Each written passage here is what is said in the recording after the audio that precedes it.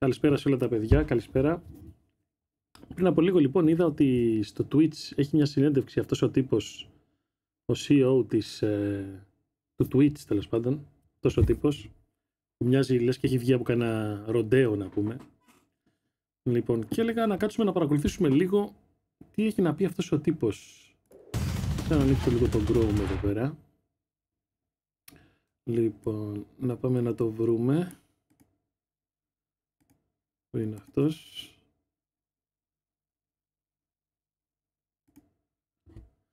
Όχι αυτό σίγουρα. Ούτε αυτό. Έτσι να το βρω λίγο που είναι. Είναι αυτό εδώ. Είναι λίγο bear the way δουλειά. Θα το βρω όμως.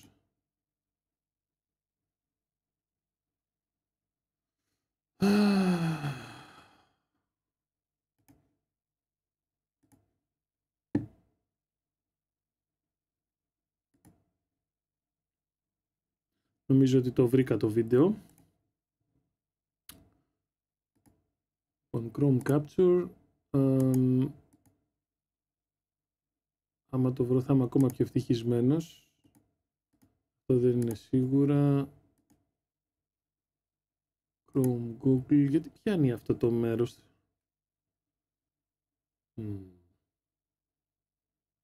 Περίεργο.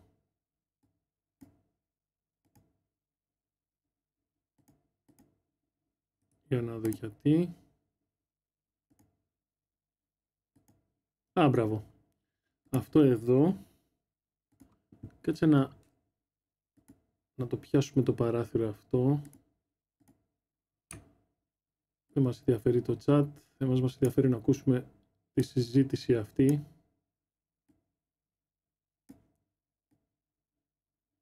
Να δούμε τι έχει να πει αυτός ο τύπος εδώ πέρα. Κάτσε να το βάλω και εδώ.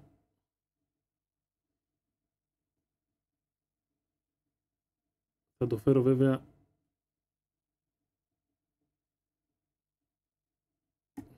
Θα το κλείσουμε κι άλλο.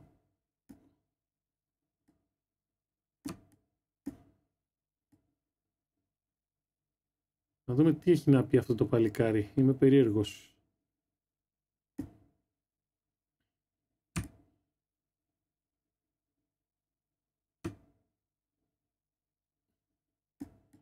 Λοιπόν εκεί. Κάτσε όμως να το πάμε το Chrome πιο κάτω. Κάτω από την κάμερα. Μη σου πω να το πάμε τελευταίο. Εκεί. Για να δούμε τι έχουν να πούνε αυτοί οι τύποι εδώ.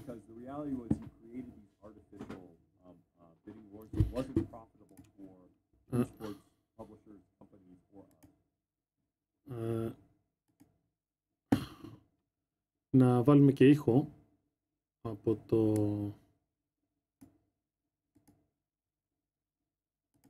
το Chrome. Audio Chrome.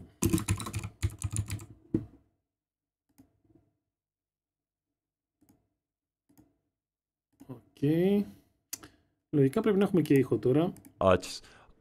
I think for all of us, the right thing is to find a way to make esports so it keeps growing and keeps sustaining, as opposed to creating unsustainable Δεν ξέρω αν είναι live, κάτσε να κάνω ένα refresh. Are very important to us. I think for all of us, the right thing is to find a way to make esports so it keeps growing and keeps sustaining, as opposed to creating unsustainable approaches. Awesome. I didn't mean to mislead chat. I know we've kept Dan for well over an hour now. I don't even have my watch here. Hold on, there we go. Oh, it is. We've been at it for 75 minutes. I know that there's been a lot of viewers in chat requesting questions. I'm done. I don't know if you have the ability on your end to even open up one last question in chat at all. Yeah. Do you have that? I see these requests, but I can't even open them. So. Oh, meaning. Open up a. I don't know. Let's see. Hold on. We do apologize, chat. We've. Έχω ακούσει ένα μέρος της συζήτησης. Εγώ όλο βλακίες έλεγε.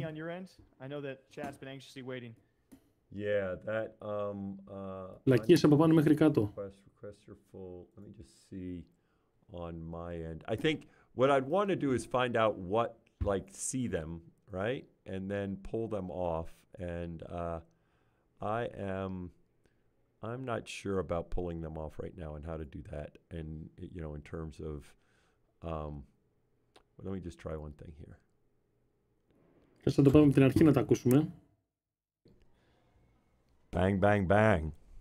Is it instantaneous too? Bang. Is it instantaneous too? Bang. Let's see, hold on. We don't want to get any echo in there. Bang. Let's see, hold on. Want me to, I can talk whenever, just test out that audio too, see how it sounds. Let's see, hold on. Want me to, I can talk whenever, just test out that audio too, see how it sounds. Let's see, hold on. Want me to, I can talk whenever, just test CEO, ο CEO του Twitch και δεν ξέρει να δουλέψει στο OBS. Τρελαθούμε τελείως. Yeah, I got rid of the echo. There's so many windows open. Now we're good. Do I sound okay, Dan? You sound good to me. You sound good to me. All right, all right. Let's see what we got here. We got a lot of people here, Jake. Yeah. It's gonna be a good time, man. It's gonna be fun. It's gonna be fun. So and so everyone listening, we're gonna start out just chatting a little bit while people come on, and then we're gonna jump into it. Okay? Yeah.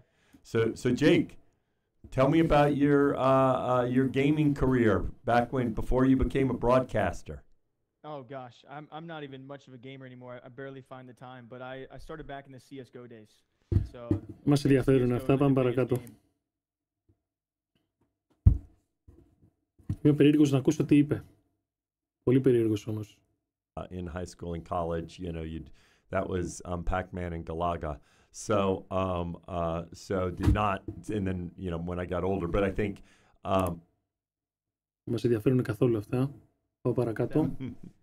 Everyone just having a lot more time than I do to try and compete. So I think a lot of people could probably agree with that. Yeah, but that I think that's one thing. It's interesting. You know, people have often you know, talked about the comparison between esports and regular sports, but one. Στο ψητό, παιδιά, στο ψητό πάμε.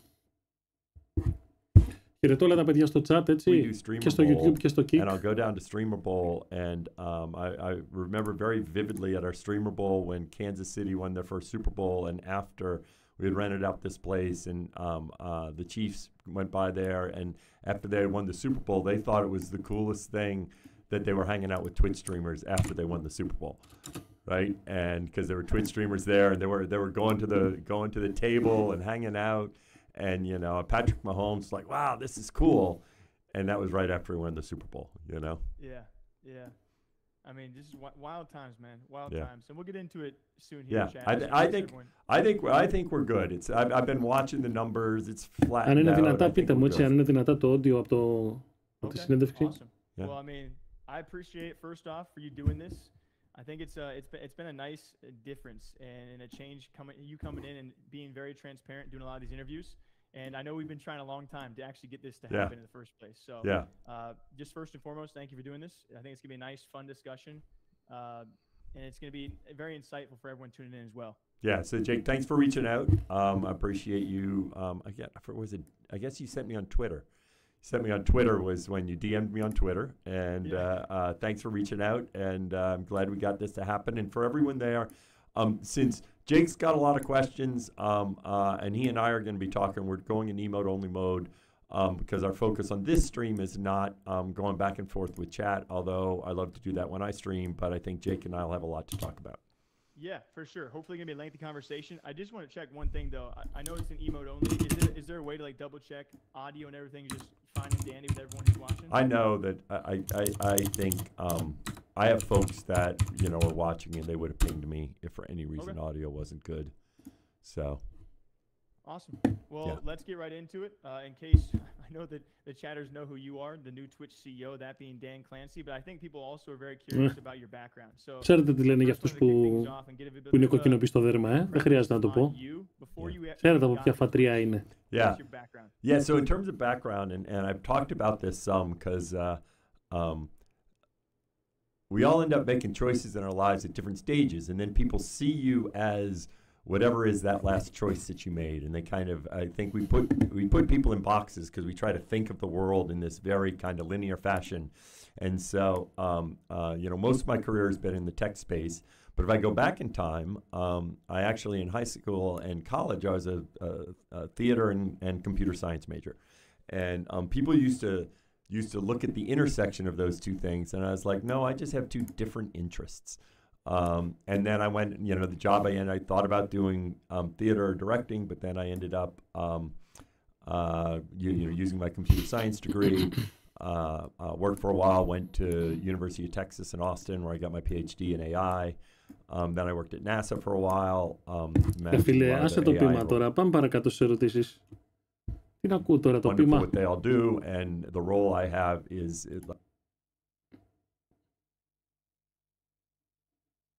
where he was in his life. And this was about, 6 months before the announcement came out, because he had just found out he was going to be a father.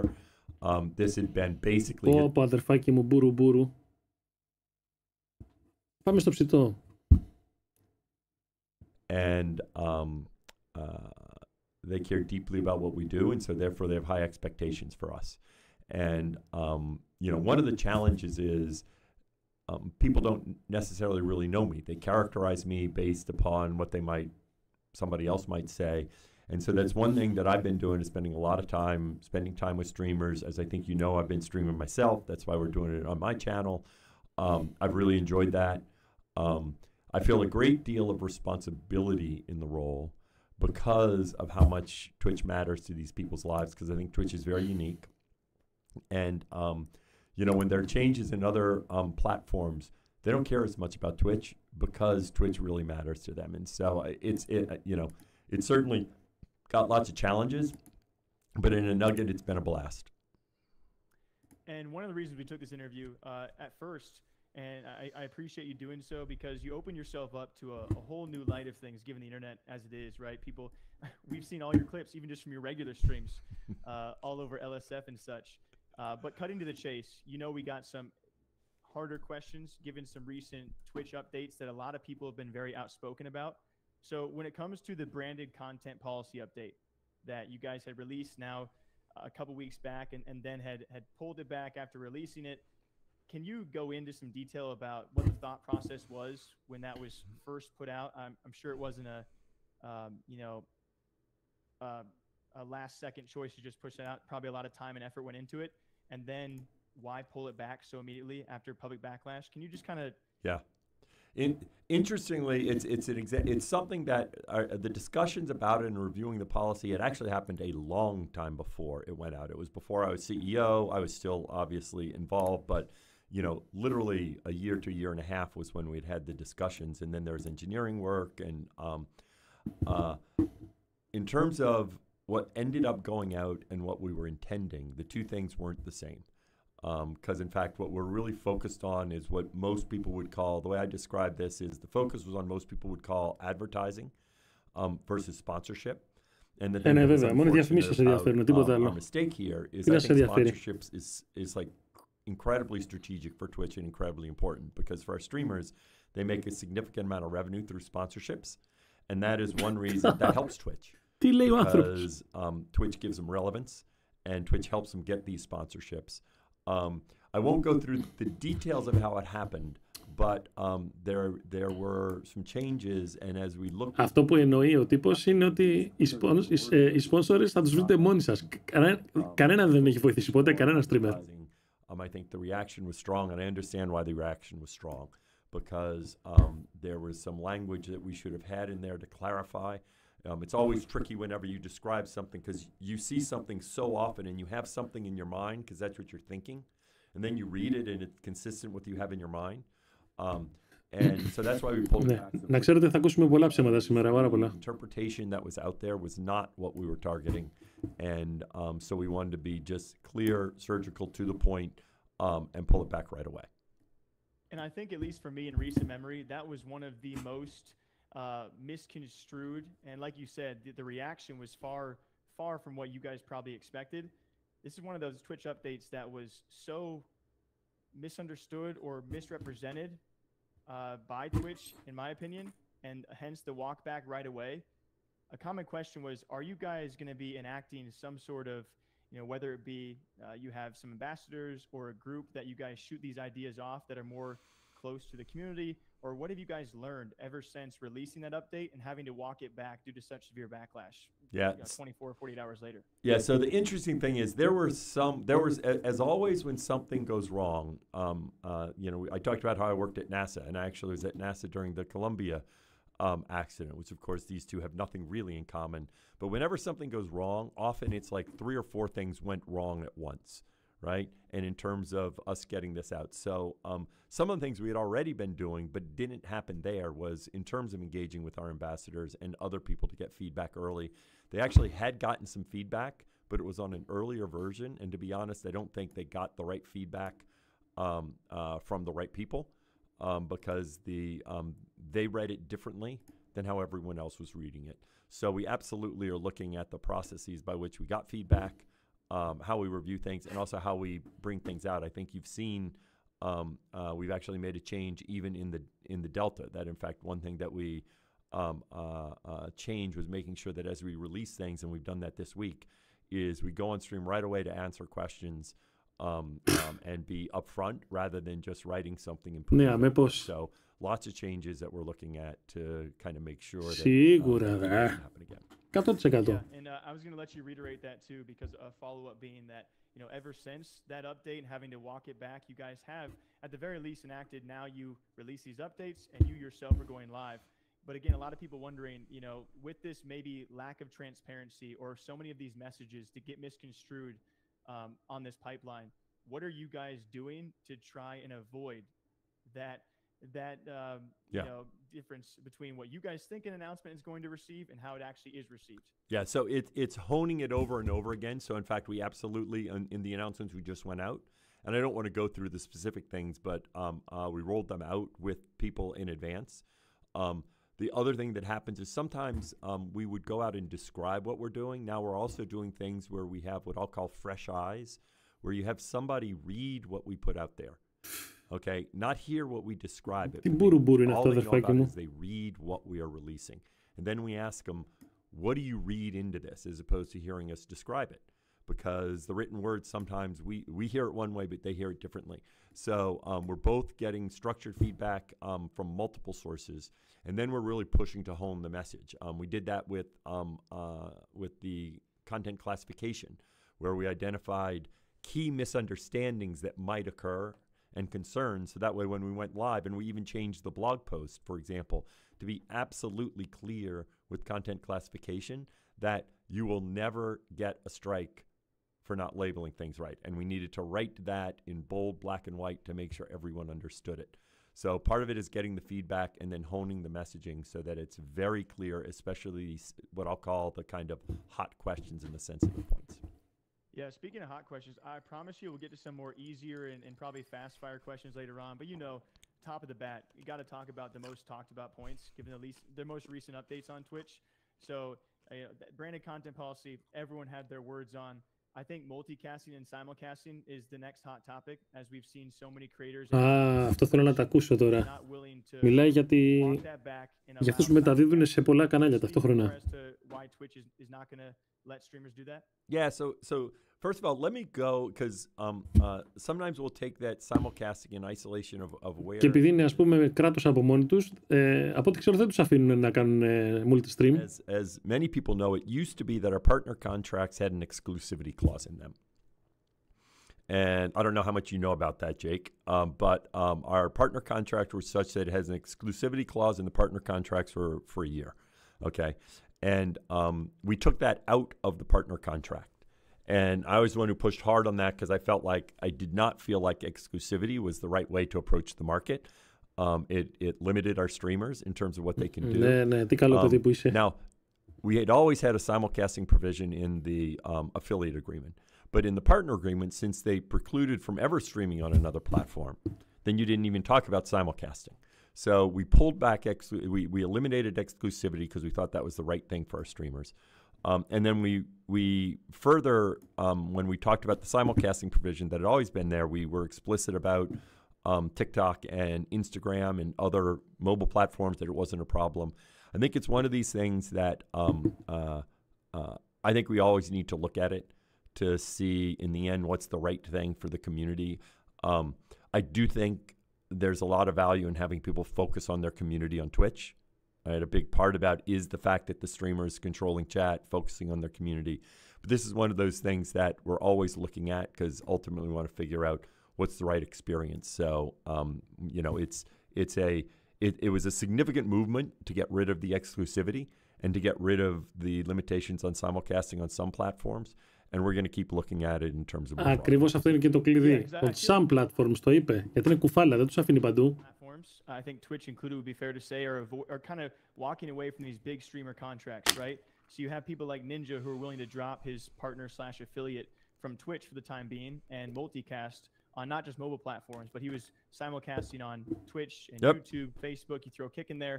And so when this was announced, you have someone like Ninja calling out Twitch. Yeah. Was he... No, he was not. He was not in the. Reason? He was not the reason. In fact, we hadn't contacted him. In fact, since then we've. Λέει ψέματα. And we moved it to the TOS over the contract just because we felt it belonged in the TOS. Ninja is very unique in this space. He has a long history in this space, and so at the time we were not concerned about what Ninja was doing. I know we've reached out to him. I don't know if he's changed because I know for a while he didn't simulcast on Twitch. I know we had folks reach out to him, but it was not directed at him at all. So. Yeah, because you have people like him who say, there might be, right? This is all speculative. There might be some sort of, tremendous change in the streaming space where you open up all platforms, kind of a rising tides like angle. I can only assume what someone like Ninja is thinking in this case, where if he is allowed to actually stream on Twitch as well, you guys already allow the TikTok and Instagrams of the world to be simulcasted too, but then you also add in YouTube and Kick and Facebook. I think, I'm only presuming what his angle would be, is if Twitch really thinks that they are the best streaming platform, if you discover Ninja on one of those other platforms, then you might go, oh, like if I want to watch him live, maybe I can do that back on Twitch. Yep. Would maybe be the angle. So I think people are wondering, though, what is the specific reason as to not allow even people who are not partners or affiliates on Twitch to simulcast elsewhere when you allow it on mobile platforms, but not on platforms like YouTube, Facebook, Kick specifically? Right. So, again, this is mostly about, as opposed to it being a contract, we were cleaning up our contract with things that should be in the contract versus the TOS. Okay. And I think this is one of those things that should be in the TOS. There's a question about how we, what we're doing to detect or enforce things. And small streamers that are pre-affiliate, I love for them to be exploring and pre-affiliate. Κάτσε να φτάσει affiliate πρώτα και μετά βλέπουμε. Build their platform. So this is something, as I said, that I personally am always keeping an eye on what's the right thing. You described about this idea that it's a good way to grow your audience. I think that absolutely could be the case. I do think there is value in focusing on your community.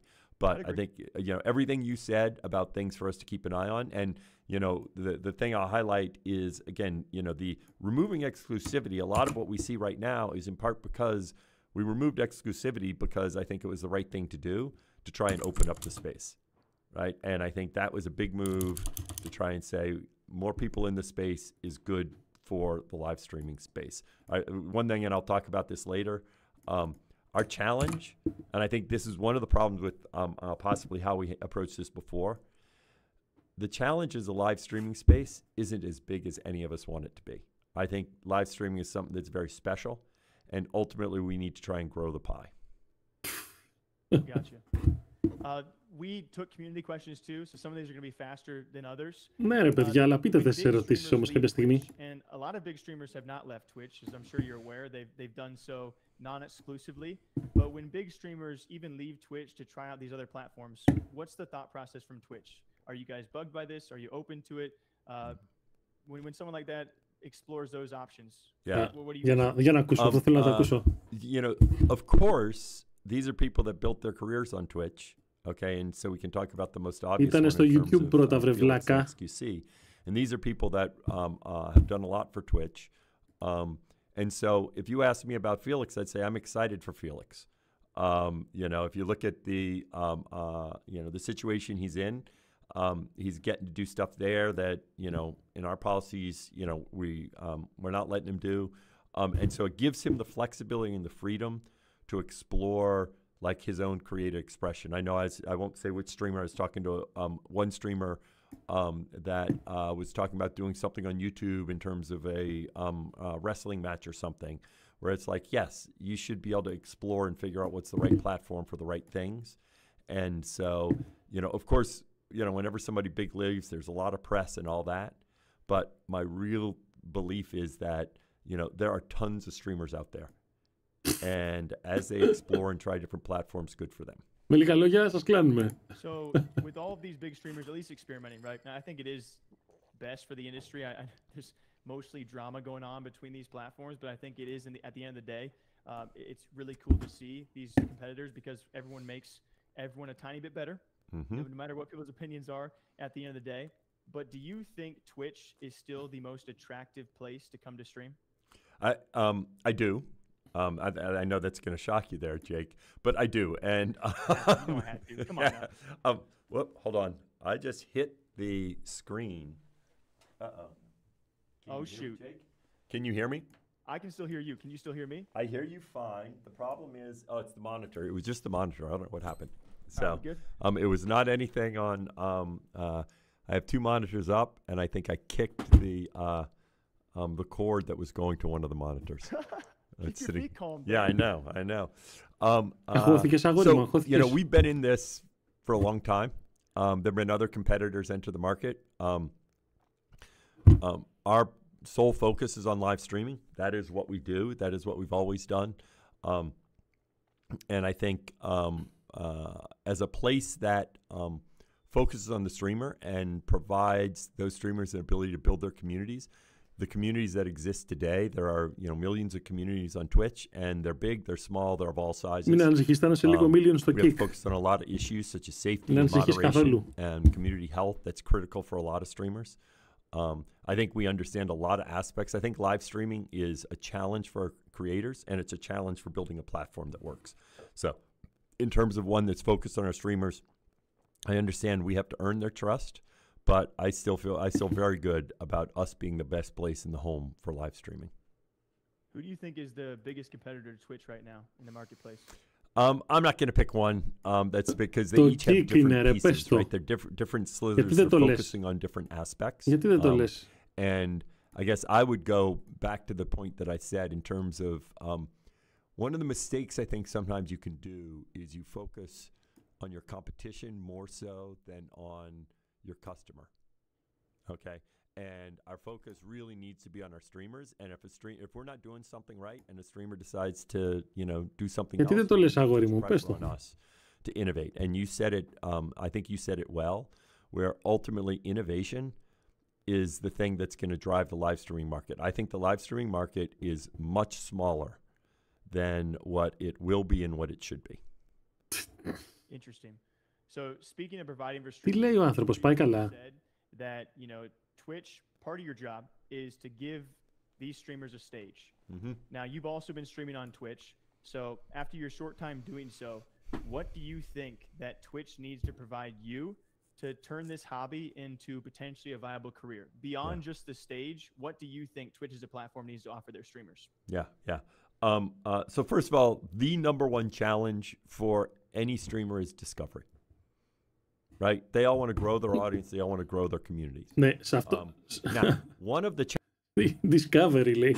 Ήρθα στο Kick και μέσα σε μια εβδομάδα ήμουνα στην μπροστινή σελίδα. Και μιλάει για Discovery, ο ψεύτης. Challenge, and you talk about the description I used.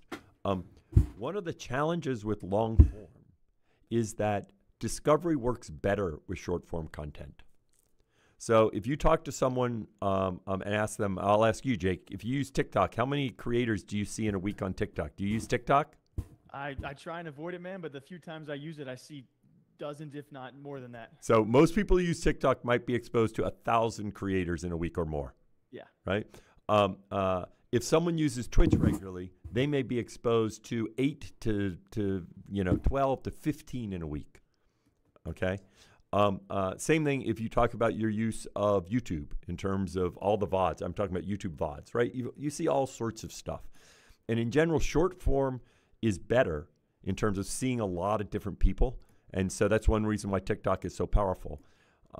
For me, the magic of Twitch is that we drive the viewers to your community. In fact, the reason the community is so strong on Twitch is because people stay there. They hang out for a long time. And so I very much realize this on my platform where I see the same people when I stream over and over again. So I think it remains a challenge for us to help people grow their audience. I think we need to do that both on our platform and by helping them create content for other platforms.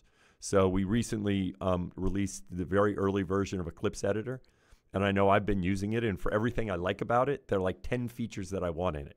Because really what I want to be able to do is take my clips and in all about 5 minutes, create a post for a short-form social media post. And right now I can do that, but it doesn't have all the features that I would want in terms of creating a great post for short-form social media. Okay, so that's allowing our creators to quickly create content from their Twitch stream. We're going to be doing work in terms of clips, in terms of a clips viewer. Lots of creators have been asking for this. We've talked about this some. Ναι, οκ. Πάμε παρακάτω. Πάμε παρακάτω τώρα, έλα. Άστα το μπίρι. Clips is a huge thing on Twitch that other third-party sites are taking advantage of.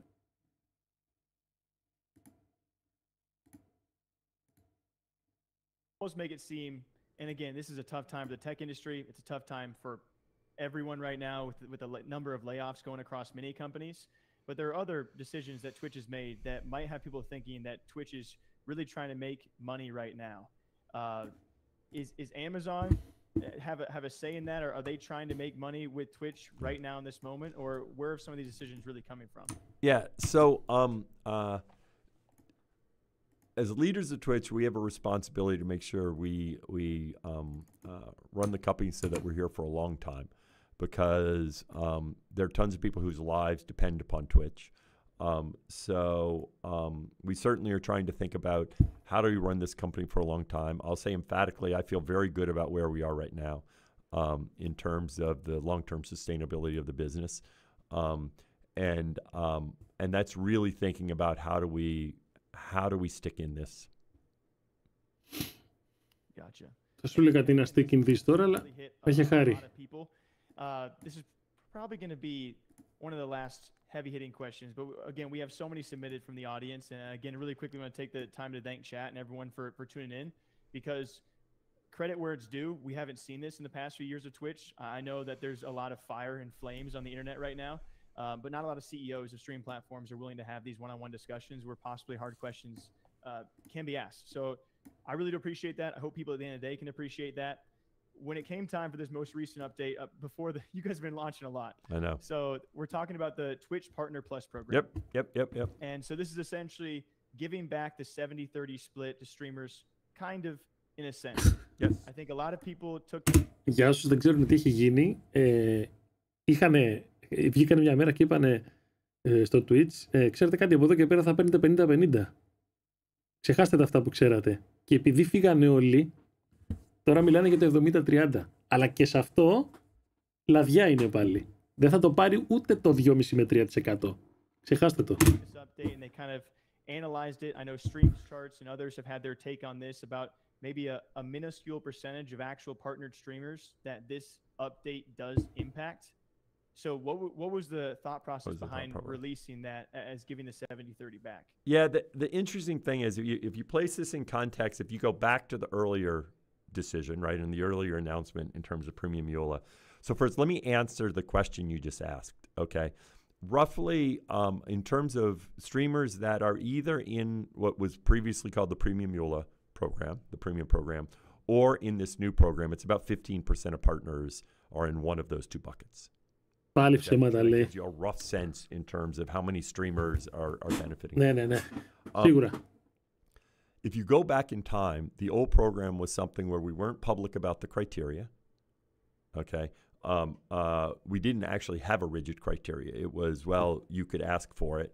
And I think that was always a challenge, and we weren't transparent about a lot of it. as we've said, we actually had stopped offering those deals about a year and a half before the announcement. Okay. And in fact, some streamers knew that. They knew, oh yeah, I asked and we said, and so, but we had never come out and told people that. So the interesting thing is when I made that announcement, 9 months ago, really what I was doing was announcing something that had happened a year and a half before in terms of offering them. So when we started with this program, part of this was trying to come up with something that we felt like could benefit those streamers that are, they've probably gone full time. They're trying to make their life as a creator. We have a certain amount of resources. I fully appreciate that there are a lot of streamers out there that are working very hard and that in fact I understand completely. Ναι, τους καταλαβαίνεις και γι' αυτό φύγανε όλοι. To be able to provide 70-30 more broadband. Βέβαια. This is a start is the way I describe it. The criteria we tried to make it lower than what it had previously been on the earlier program. And so part of this idea was trying to extend this benefit in a structured manner so that people knew exactly what the criteria was. And then right when they qualified, they got the money right away. So the way I describe it as a start, I'd love to keep seeing how we can benefit. Ένα μάτσο από μπαρούφες μιλάμε, ακούω εδώ και μια ώρα. Κανείς δεν έχει πάρει λεφτά στο Twitch. Πολύ λίγα άτομα. Πάρα πολύ λίγα άτομα. Αυτά είναι βλακίες. Streamers across the spectrum. And for benefiting streamers across the spectrum, I think a lot of people eyed this update and then they saw the percentage of partners actually impacted. And so it led to a ton of people. I would say a vocal majority saying, okay, why can Twitch just not give everyone who streams on their platform as a partner 70-30 split? Yeah. I mean, this goes to this point about understanding Ωραία ερώτηση αυτή. The details of the business. And of course, this doesn't satisfy someone who's working hard streaming. And they would like to get more. And I fully appreciate that. There are lots of parts of how people monetize from Twitch. Prime is a big benefit that Ποιος αγοράζει το Prime τώρα, ρε? Τι λέει ο άνθρωπος? And it's a significant benefit for many of our creators. Εγώ δεν ξέρω ούτε έναν να έχει αγοράσει το Prime. Ούτε έναν. And so right now, as we look at where we're at, we couldn't extend it to everybody, but we're continuing to look to see how we can make improvements so that way we can continue to lower threshold and expand this so more people can benefit. Okay. And I asked you earlier when we talk about your personal stream, but when it comes to the perspective of other streamers out there, what do you think are the biggest incentives that Twitch offers for streamers to be on their platform as opposed to everywhere else? If you can just list out, why would people want to be on Twitch, not somewhere else? So I'll state when I talk to streamers and I ask them this question, the ones that are on Twitch, okay? The first thing they always say, the community is special on Twitch. The community is different on Twitch. And for those creators that come to Twitch, and I don't think that's by chance. Τι λέει ο άνθρωπος? I think there are aspects in our product that keep people on the page that are not the same on other platforms. Τι λέει? Safety is a big part. I was just talking to streamers at a partner dinner last night, and they were talking about the mod tools, and they were talking about some of the other platforms and their ability to control moderation and control what happens in chat. I think in terms of monetization, there's a lot of focus on the revenue share split, but really when you think about monetization, there are really three parts of monetization on Twitch. One is the subscriptions, and the gift subs work really well on Twitch in terms of turning eyeballs into dollars. Παντού δουλεύουν τα gift subs. We're effective at generating patronage for that. I think advertising is an important part for many streamers. Okay, Τι λέει ο άνθρωπος? Οι διαφημίσεις είναι σημαντικό μέρος, λέει, για τους streamers. Δεν θέλει κανένα streamer διαφημίσεις. Αυτοί τις βάζουν τις διαφημίσεις. Πείτε μου ένα streamer που θέλει να βάλει διαφημίσεις μέσα. Είναι δυνατόν να βλέπεις τον αγαπημένο streamer, τέλος πάντων, να τον βλέπεις και ξαφνικά να πετάγονται, να πούμε, 10 διαφημίσεις? Σαν το YouTube που έχει καταντήσει ιδέα. Then also sponsorship. And sponsorship really comes from your reach. And the sponsorship is direct to a creator. That it's all about relevance. And that's why you see some streamers actually, as they try other platforms, it's still important for them to stay on Twitch because Twitch is how they get their relevance. Twitch is where their community is. And as you look overall, you have to look at how are they going to make their living. And between our subscription products, our ads products, combined with sponsorship, you put it all together. And I still feel very good that in terms of the best place for them to make a living. Τις ερωτήσεις Φωτιά δεν τις έχει κάνει ακόμα, να ξέρετε. All these things about Twitch, you know, being the best stream platform to be on right now, I would say yes, it still maintains its spot as the #1 stream platform. You list all the incentives it has that other sites maybe don't. But I think the general audience, they see the updates that Twitch has made, you know, to increase monetization, whether it's through increase of ads, you know, keeping heavier splits and some other platforms out there, the unfortunate layoffs that, yes, many companies have had to endure. Then you have the branded content policy update that was launched and then walked back, which has people rightfully concerned about potentially the profitability of Twitch or being able to maintain their staying power in the space. Yeah. So for anyone who's concerned after seeing these updates, I mean, you said you're not concerned, but I feel like some of the updates have people thinking the opposite. Well, let me restate. Ευχαριστώ για το follow. Thank you, Leopard. Like when the audience is, Thank you, brother. Frustrated with it. Thanks for the follow. I hear that, and that Thank you, that speaks to us 'cause thank we you, care guys. about the streamers. So I'm not saying I'm not concerned. I'm saying actually we definitely are concerned when our streamers are not feeling like we're doing what they need. Let me tease apart one thing you said that's important because it's often lost in this. When we, you know, one of the things we did recently was with the ads incentive program was we increased the ads rev share. And that change actually was a significant change into how much money creators made from ads. From the $3.50 or $5 CPM into the same rev share split that YouTube uses on ads in terms of 55% of net. And that moved a fair amount of money out into the creators' pockets that previously we hadn't been putting in the creators' pockets. And so, you know, as you list the Wow, τι γίνεται ρε παιδιά? I think that's one thing that is often missed, that in fact we kind of, these things piece together because ultimately we think that we need to be thinking about at different stages. There are different ways that you make money. And for our big streamers in terms of the AIP program, they're doing a lot better because of the increased revenue share split. When we speak of splits, Kick has been often talked about, rival platform, with some incredible splits. Again, there's obviously a counter argument to all of this, right? The sustainability of all. So when you hear these talks of another platform like Kick offering 95/5 splits for people to come on over, and you've seen their business model, do you think something like that is sustainable given how Twitch already, I wouldn't say struggles, but Twitch is, you know, it's a hard time to combat in this kind of market. Yeah, so, you know, I want to be careful about commenting on one or another competitor in terms of their specific situation. I think you highlighted some things, and I think that's the sort of topic that is good for other people to talk on because I do think, as I said, often on this idea that you know, us talking about them or vice versa, I think our job is to focus on what we're doing and not to think through their particular situation. Yeah. Understood. You know, running Twitch, you said when you join, it's harder than you thought, it's easier than it thought. It's all of the above. It's a mix mash of emotions, and you put yourself in this brand new light. So, what's the hardest part about running Twitch? So, interestingly, I'll say this: you know, when you say the hardest part, it's the hardest part and it's the best part. The hardest part and the best part is it absolutely affects me when people are unhappy. And one of the biggest differences for me in terms of stepping in the role was before I'd be making a lot of decisions, but I was doing it with Emmett.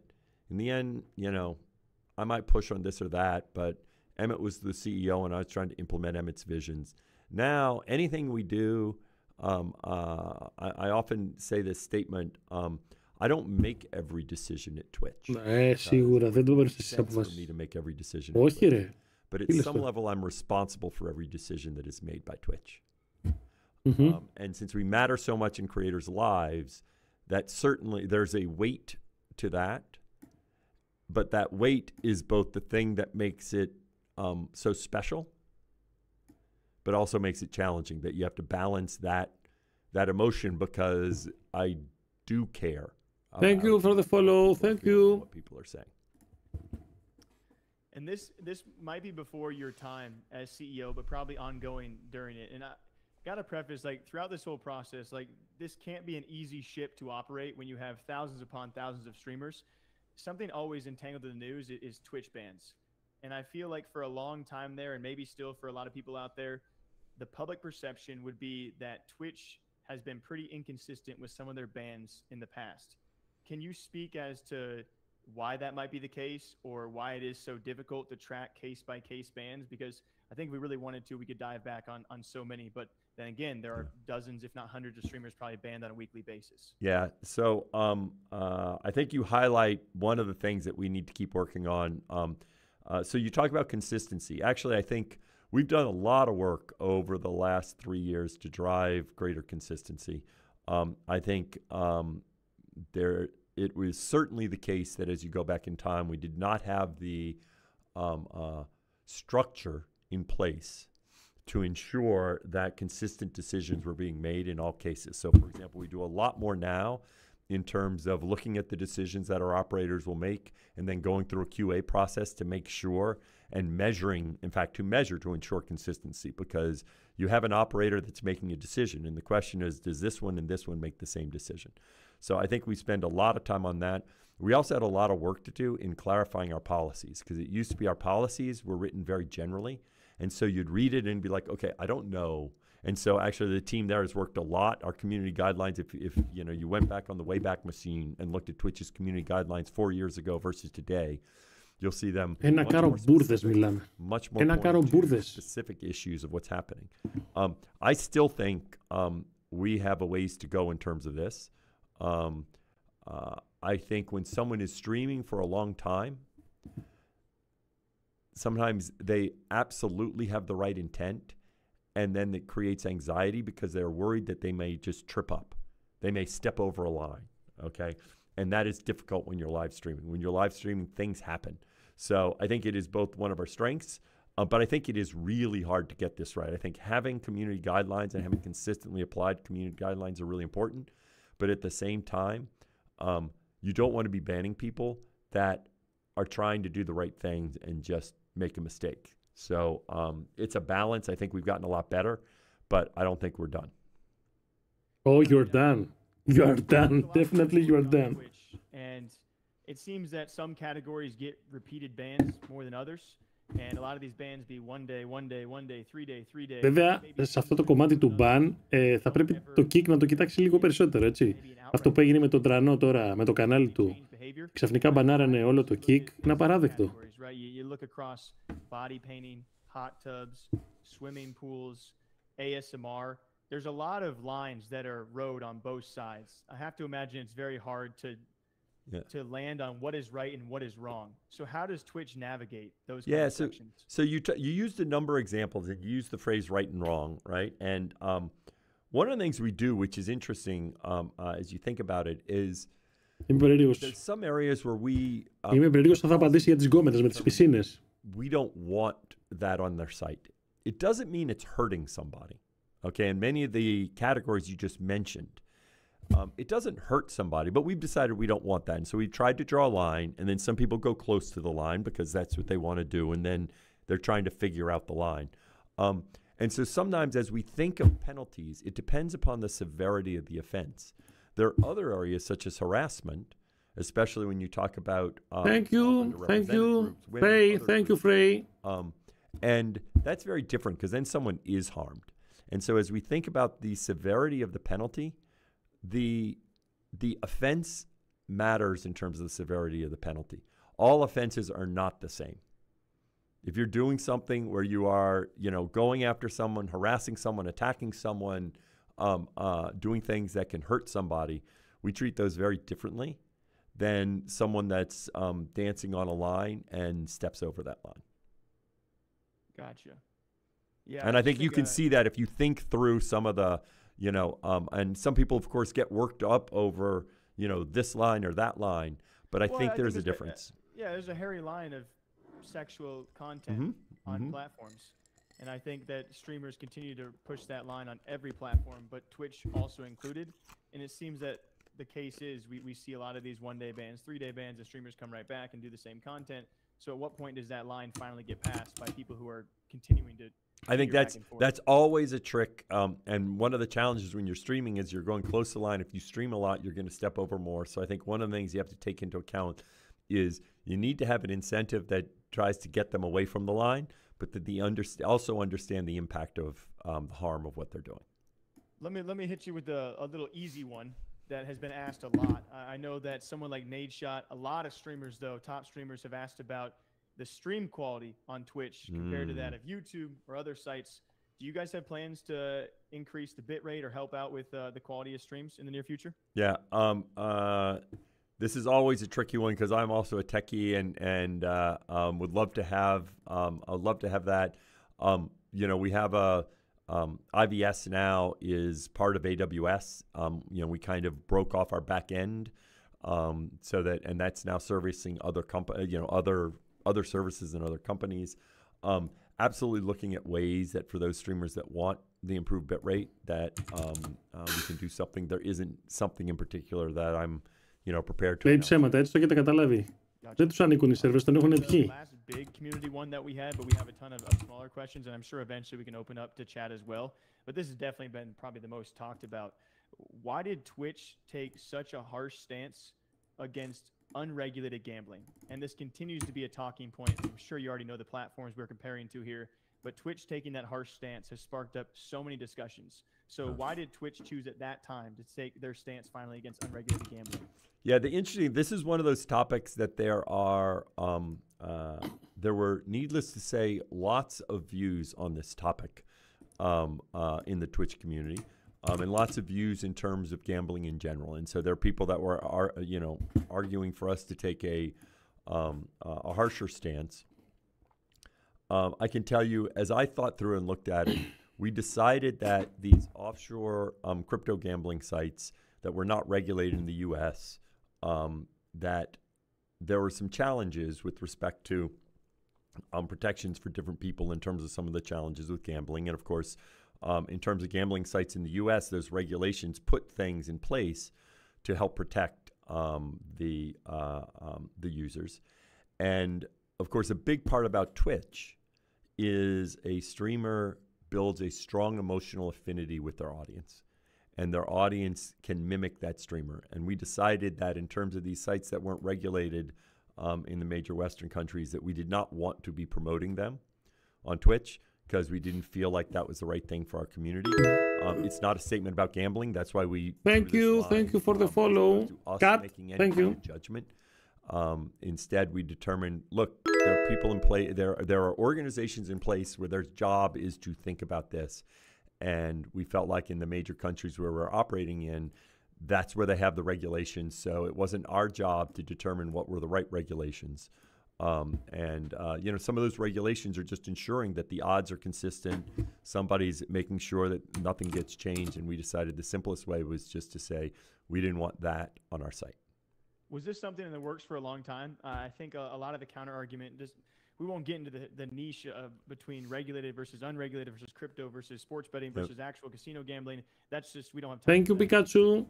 What was the timeline on you guys knowing this? Because it was coincidentally timed with some of the top streamers calling for a ban on gambling, and then we have shortly thereafter the announcement. Yeah, we actually those were completely unrelated, and in fact, as some people, when the Partner Plus thing came out, some people thought we did that. Partner Plus. Other people said, no, trust me, turn something around in 4 days like this. And I can tell you in terms of the policy that we rolled out then, it wasn't in reaction. It had actually been under discussion. We had updated the policy, I think it was like 9 months before then, where at that point we talked about linking out, and we thought that might address the problem. It didn't address the problem. And so we actually... we're having meetings. Before a lot of the, the outrage or the comments came out, we had a doc that I was reviewing that, we reviewed and had a meeting. I think it was a week before any of that even occurred. Thank you, Kent. What the policy Thank you for the follow. And so we pretty much had been working on that for a little while to try to find what the right line was, because of course a lot of people were talking more broadly about slots or casinos, and I actually feel really good about the line we ended up drawing, because we're not making a statement. There are lots of forms of gambling. There's, there's state lotteries. That's a form of gambling, right? And people do that all the time. They fund education in different parts of the state. So we were very kind of intentional in not trying to go broadly and make any statements about gambling writ large. But it took a while to try to figure out the right balance point. And it wasn't in response. It just happened to come up at the same time. So the gambling currently on Twitch, that's going to continue to be a thing? Is that mostly because it's regulated in the US? Mm-hmm. Yes, that in fact. Μπράβο. Οπότε τι λέει εδώ πέρα, ότι το gambling και γενικότερα τα φρουτάκια θα συνεχίσουν στο Twitch. Ήρθε όμως η Nova και έκανε ban στο Kick. Εντάξει. Πώς έγινε αυτό, δεν το κατάλαβα αυτό. Δηλαδή κάνουμε εξαιρέσεις. Πάμε στο Twitch, δουλεύουν όλα κανονικά. Στο Kick όχι όμως. Πίσω έχει αχλάδα την ουρά. That is their job. In other words, it's not our job to determine what's okay or not, right? It's there's all sorts of different types, right? DraftKings, they're a big sponsor of the NBA, so it is certainly the case. Our whole society is at a different place, of course, than if you go back 20 or 30 years. The internet has really led to a lot of evolution in terms of different views on gambling. I may have my personal views. My personal views do not affect what's the right thing for Twitch. Yeah, there's so many discussions on gambling because I think people would look at that and they'd see DraftKings partner with Twitch after Twitch has now banned these big unregulated crypto casinos or gambling that's unregulated. I think some people would look at that saying gambling's still gambling and still have, vices or negative things to say about both sides. No, I mean, and as I will tell you, my thinking on this is they're all sorts of different forms. As I said, the lotto is a commonly used across the U.S., right? And that's a form of gambling, right? So there are lots of different forms, but for us, the decision was, there's the regulations are there for a reason in terms of protecting consumers. And our belief was that was a line where we were not trying to determine what was right. Leveraging other bodies making that determination. Dan, do you think some streamers get banned on purpose? When you say banned on purpose? You mean attacked on purpose? But I mean, I'm saying on purpose from who? Do you think streamers get banned on purpose to come back from vacation with more viewers? Oh, meaning now I understand what you're saying. That streamers want to get banned. Right, meaning that they do something specifically to get banned. Yes. Okay, so that then they can go on vacation, right, or whatever, and then when they come back, Τι ερώτηση ήταν αυτή? Αν κάνουν ban τους streamers για να κάνουν διακοπές και να γυρίσουν με περισσότερο κοινό, τι ήταν αυτό τώρα? Τι βλακίες είναι αυτές? That's a great question, Jake, and I think great question. Yes, it's a great question. So I'd love to hear your view on that, but I don't. Yeah. Here for me, Dan. I think everyone knows. I was just curious your take on this. Yeah. A long time ago, and I don't know if you guys have talked since, but a long time ago, when you first took up the CEO roles, it was Jake and Bake, who is a very well-known streamer. He went viral for some discussion around you, and I think the quote-unquote was. He called you out of touch as you took the CEO roles at Twitch. Have you guys talked since then? What was your reaction when you see those kind of, I have to imagine when you talk to someone and all of a sudden they're saying those things, it's probably not the best feeling. Can you take me through that? Yeah, I have talked to Jake. He was at a partner thing we had, and because it's funny, his partner manager afterwards came up to me and said, Dan, Jake wants to know if you're mad about this. And I said, it's fine. And went up. We didn't talk about that. We just talked in general. I went up and chatted with him. In fact, we were talking about, I've been talking to him when he gets back in the States, maybe in July or August. I do a lot of whitewater kayaking. And I suggested I would, try to take him out so he can live stream while we whitewater kayaked. I've been trying to figure out the technical. In fact, I've been talking to IRL, unlimited IRL, to try to figure out technically how we do it, because the backpacks all have cords, and if you're going to be whitewater kayaking, you can't have something with a cord because the camera will be on your head. And so I'm hoping I get to do that with Jake. Of course, as he says that, of course it's disappointing. We had a brief conversation. I think that was, I think he talked to me when we were doing a roundtable. There's a round table, lots of different people asking questions. Relationships take time. That was the first time he had met me. Again, it was part of a big Βλακίες είναι αυτές. stream together, whitewater kayaking sometime this summer. Do you still think, or did you ever think you were out of touch, or do you think you're out of touch now? Have you out throughout this process, the last few months, begun to be more in touch with the community? What are your thoughts on that? I think that Δεν μας ενδιαφέρει αυτό. I'm spending time and doing the right thing to kind of understand the challenges our streamers face. I think one of the biggest offerings, we talked earlier about the incentives of streaming on Twitch and why it still maintains, at least I think by a lot of eyes, the top, if not obviously one of the top streaming platforms out there. One of those biggest incentives to me personally, outside looking in, has been the Twitch Prime sub. Is it possible the Twitch Prime sub... Δεν κάνει κανείς Prime sub. Ξέρετε κανένα να έχει κάνει Prime sub μέχρι σήμερα? So, Prime is a key part of one of the big, I think you said it well. Prime is one of the big advantages Twitch has. When people subscribe via Prime, in general, those subscriptions are not people that would have subscribed if not for Prime. In general, we have lots of data to look at that. These are people that wouldn't either be able to subscribe or wouldn't subscribe. So I think that's a significant amount of money that goes into the creator ecosystem. We don't run Prime. Prime is another part of Amazon, but I can tell you that we work with them, and we've worked hard to make sure that the Prime sub drives value to them, and it's really important for our creators. So it's something that I care a lot about. And το ένα ψέμα πίσω από το άλλο. Μας τρελάνει αυτός. That is a component of our offering because it drives a lot of value to our creators. Μας τρελάνει αυτός. These big old servers to run these streams. It's an Τις μπουρδες που άκουσα μιλάμε εδώ δεν τις έχω ακούσει πουθενά. How much does it cost if you can go into any details to host a streamer on Twitch? Yeah. If you can take a middle of the road streamer, if you can go into any of these details, because I think the general public either has misconceptions or it just has no knowledge whatsoever about the expenses that Twitch or Amazon has to bear when it comes to hosting all these streamers. Yeah. So I don't know, like going through a scenario of this streamer costs this and all that. To be honest, I don't have those numbers off the top of my head.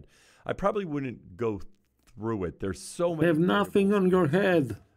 And each streamer is in a different. There's both the upload and the transcoding, which has its own cost, and then the egress in terms of the streaming. So it varies a lot for different size streamers. So, and to be honest, in terms of breaking it down, I understand is at the macro level in terms of how much we spend. But off the top of my head, I don't know the detailed numbers. I probably wouldn't go through them anyway because it is expensive. But for our streamers, that's sort of our business. In fact, I think when we did that post at some point talking about it, that's our job to worry about that. It's not a streamer's job to worry about that. And I think ultimately one thing is clear is they're like, okay, you guys... What? Τι είπε τώρα μόλις? But off the top of my head, I don't know the detailed numbers. I probably wouldn't go through them anyway. What? It is expensive. But for our streamers, that's sort of our business. In fact, I think when we did What? that post at some point talking about it, that's our Το είπε στα αλήθεια, το είπε τώρα αυτό? job to worry about that. It's not a streamer's job to worry about that. And I think ultimately one thing is clear is they're like, okay, you guys do your job and help us do our job. Do you think that Kick makes Twitch money? What? Kick makes Twitch money? Meaning, in which way? I think people relate that to AWS. Oh, okay. So does it make? First of all, it's part of AWS. So the simple answer is it doesn't make Twitch money because AWS is not part of Twitch. For those that don't understand, our what we call IVS, Internet Video Service, is δαγκώνεται όλος από κάτω, δαγκώνεται. Is built off of Twitch, and Kick is using them right now. This was very like knowledgeable. AWS does this. They generalize things and lets other people use them, and we're very aware that this could happen, and we're fine with that because ultimately, Yeah, of course. that is the best way to compete, and that's how AWS Of works course. in all lines of business. Let's run it back, Dan. Let's have a fun one, all right? You've been with Twitch, I think maybe a lot longer than people actually would think with just the CEO role. So you've been around the space for several years now. In your own personal opinion, and I know you can't stretch it back to maybe just in TV, right? But from what you know, public knowledge-wise, what do you think has been the biggest streaming achievement on Twitch? Oh, wow. Wow.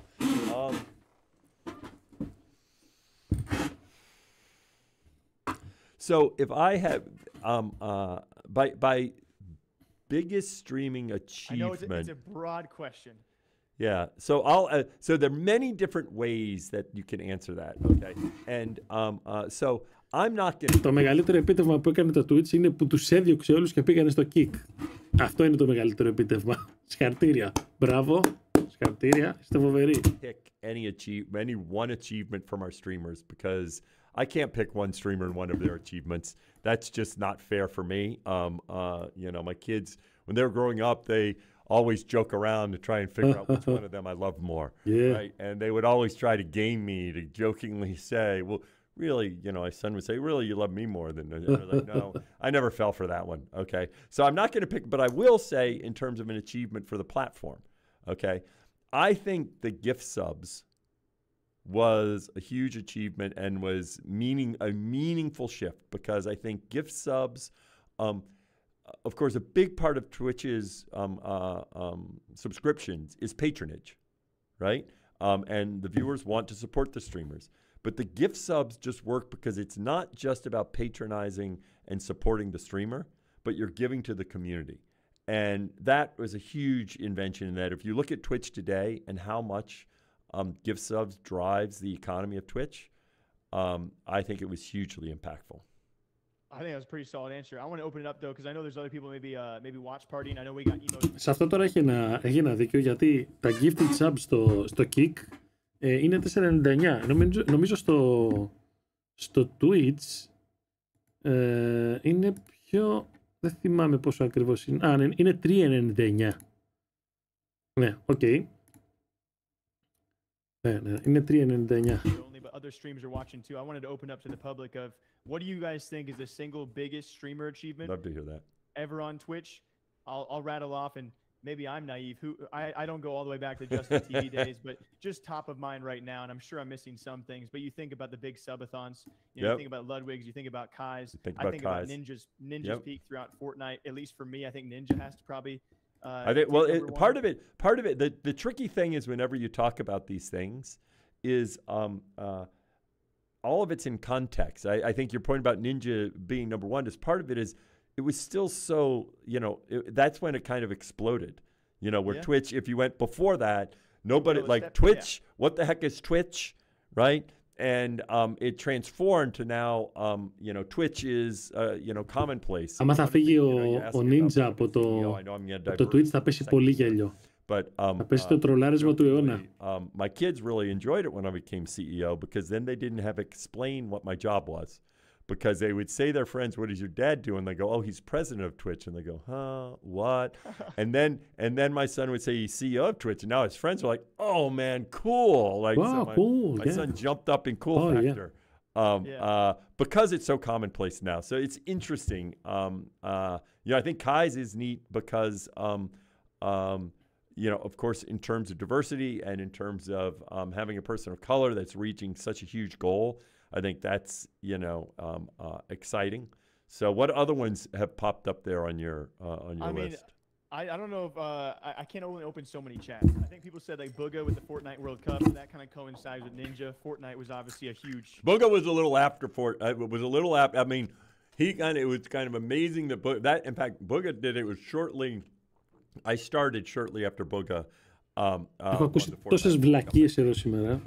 Τις βλακίες του αιώνα. Yeah, it was like the Ninja thing was really, it just, with Fortnite, it just skyrocketed up. Yeah, I think Booga kind of coincides with that a bit after Ninja, but it's also, Booga's a bit younger, so he made national news too, because as a teenager, a $3 million World Cup, that dude has I mean, gone on to do very well for himself. I will tell you, one of the things that is so fun about this role is the diversity of streamers. You know, you talk about Booga, who's just so different, right? And this kid, and then you talk about the Minecraft crew, right? And like Tubbo and what Ainsley was someone who I just saw last night. And then you see Nick, and there's so many different personalities, right? It is just staggering the number of personalities all the way from these kids that are like, wow, right, to these, it's really wonderful to see like the different people out there. Yeah, I got two more questions for you, but I would love if you still have time to maybe open it up. I know we have some requests. Not sure if you have time, but regardless, I got two more for you. People are wanting to know, does Twitch have any big streamer announcements coming, or is Twitch stepping away from these big streamer contracts? No. So first of all, even as we did contracts, we would never announce them. So just to be clear. We would never announce them. Δεν έχουν κανέναν να ανακοινώσουν και γι' αυτό δεν λέει τίποτα. Δικαιολογίες είναι αυτά. That we might have done them, but we would not announce them. We didn't think that was beneficial. I will say that in general, for the health of the ecosystem, a big part of our approach now is to think broadly about the whole ecosystem. And the big streamers are critical to our platform. They drive a great deal of value to our platform. But the torso, and you see this when we do Partner Plus, right?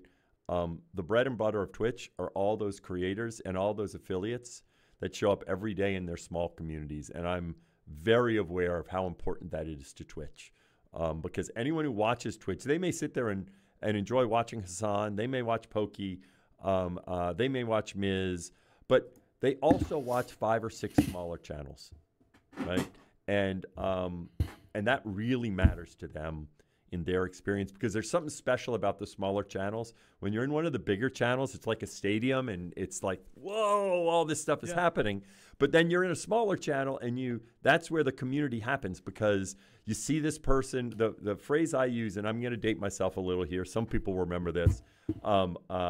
There's a TV show, Cheers. Yeah. Μπορεί εντάξει, άκουσα τόσες πολλές βλακίες μαζεμένες που το κεφάλι μου έγινε καζάνι. Καζάνι έγινε.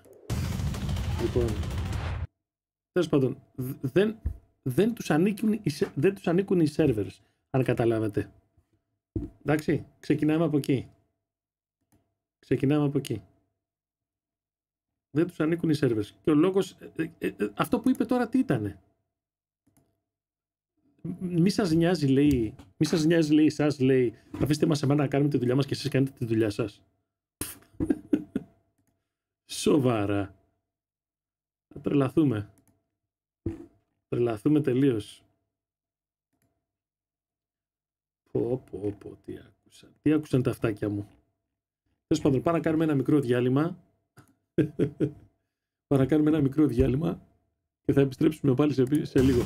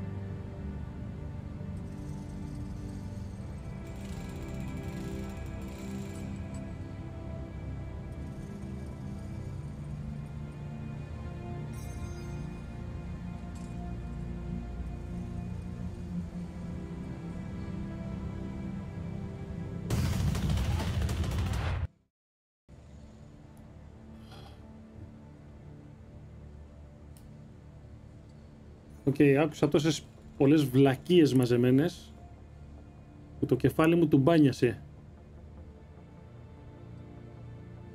Του μπάνιασε το κεφάλι μου κυριολεκτικά. Τις μαζεμένες βλακίες που άκουσα.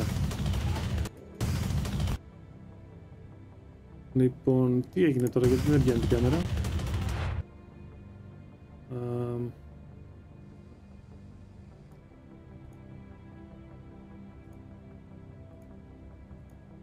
Λαρέ εργαλείο, ωραία. Λοιπόν, τι ακούσαμε σήμερα? Αυτός ήταν ο CEO του Twitch. Ο CEO του Twitch είπε αυτά τα πράγματα. Οπότε δεν αναρωτιέμαι γιατί φεύγουν όλοι. Γιατί φεύγουν όλοι. Δεν αναρωτιέμαι πια. Θα κάνετε εσείς λέει τη δουλειά σας και εμείς θα κάνουμε τη δουλειά μας. Αυτός ήταν ο CEO, παιδιά. Εντάξει. Okay. Τη δουλειά μας κάνουμε κι εμείς. Τι νομίζεις ότι κάνουμε? Λοιπόν, τέλος πάντων πάμε στο παιχνίδι μας εμείς. Κάτσε να δοκιμάσω και αυτό το καινούριο. Το καινούριο. Έχουν στο καινούριο OBS. Μπορείς να πιάσεις το παιχνίδι. Για να δω.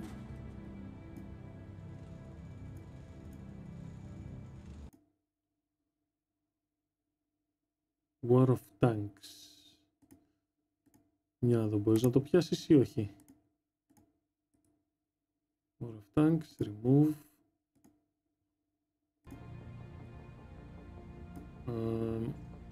Πάμε σε αυτή τη σκηνή. Θα κλείσω τον ήχο από το παιχνίδι. Να βάλω application War Audio War of Tanks. Αλλά από πού το ρυθμίσεις αυτό, για να δω.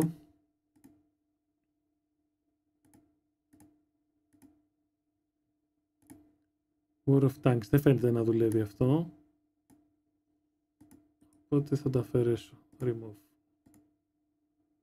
Θα ανοίξουμε τον ήχο από εδώ. Δεν πειράζει. Έτσι να βάλουμε και ένα κομπρέσορα εδώ στο εργαλείο. Για που είμαστε εκεί ηχοληπτάδες. Να το ρυθμίσουμε κιόλας.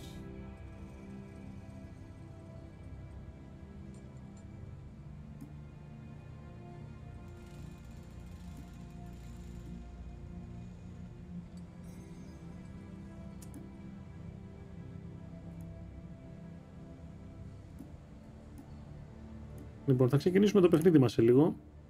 Από ό,τι καταλάβατε. Ωραία. Άκουσα τις μπαρούφες του αιώνα μιλάμε σήμερα. Του μπάνια στο κεφάλι μου κυριολεκτικά. Λοιπόν, τι έχουμε εδώ πέρα τώρα? Έχουμε αυτό. Τα supplies. Τι έχουμε, για να δω. Μας περιμένουν και 2 PCR. Ωραία. Θα κερδίσουμε και λίγο χρυσούλι εδώ από το Battle Tasks αυτά εδώ. Να καταφέρουμε να φτάσουμε τα 300. Να βάλουμε εδώ στο gear μερικά πράγματα που θέλουμε. Λοιπόν, φύγαμε για τον πρώτο αγώνα.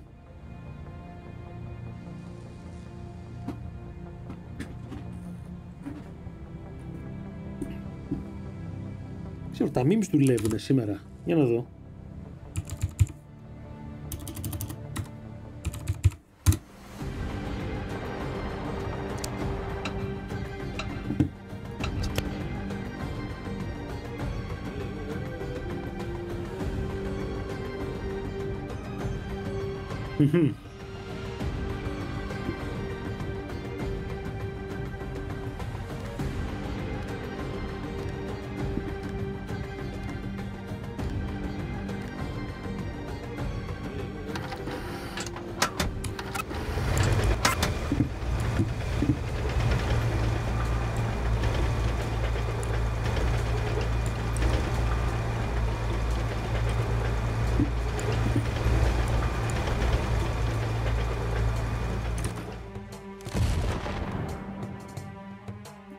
Η κάμερα μου πού είναι πάλι? Τι δεν εμφανίστηκε πάλι η κάμερα μου? Τι γίνεται σήμερα?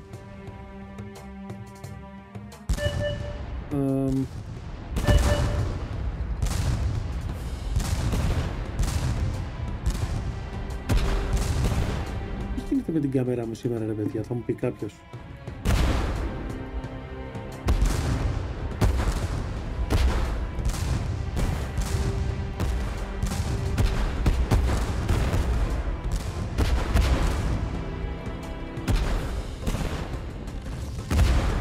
Δεν πάμε καλά.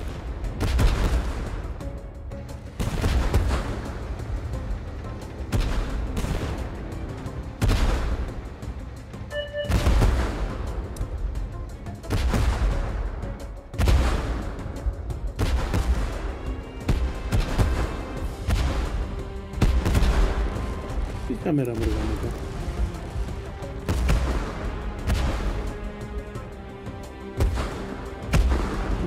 Δεν πάμε καλά. Εμφανίστηκε η κάμερα μου ξαφνικά. Εδώ. Κάτσε εκεί κάτω την μπάρα. Κάτσε κάτω την μπάρα. Εκεί νομίζω είναι καλά. Ξαφνικά εξαφανίστηκε η κάμερα μου, τρελαθούμε.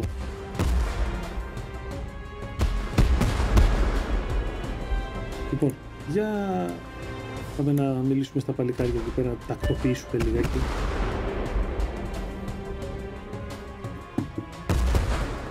Let's go!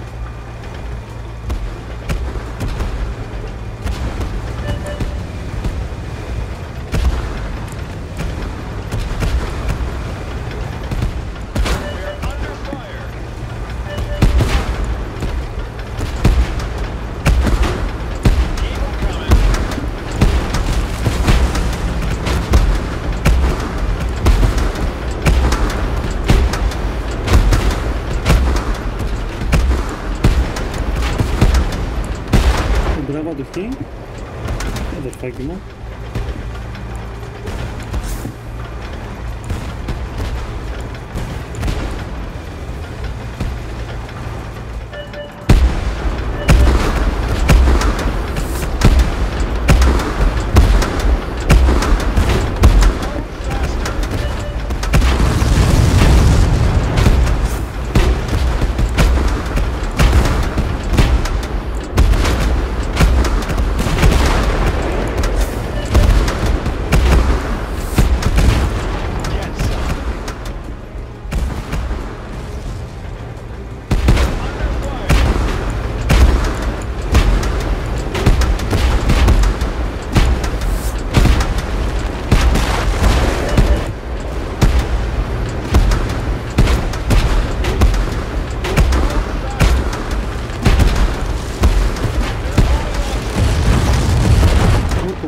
Κάτσε να πάμε λίγο πίσω γιατί δεν μας βλέπω καλά.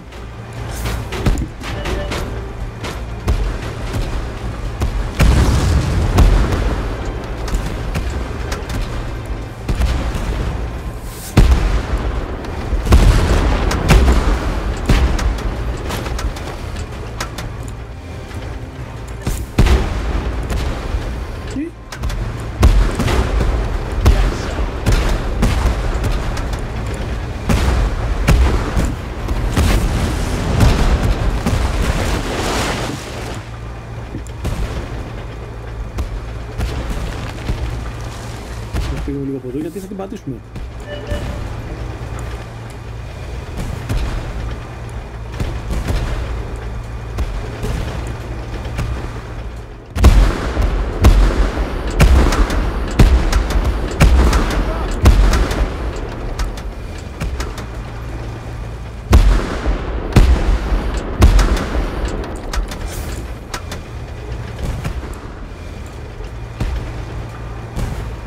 Ωραία, ένας τελευταίος εδώ μετά.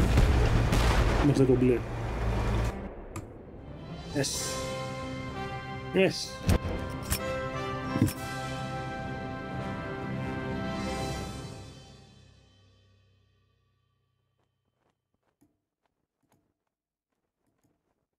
Okay. Πήγαμε παρακάτω. Κάτω το πρώτο χρυσό. Τώρα τα άλλα είναι use equipment, ride the distance. Okay. Πήγαμε. Θα φτιάξω λίγο και το chat.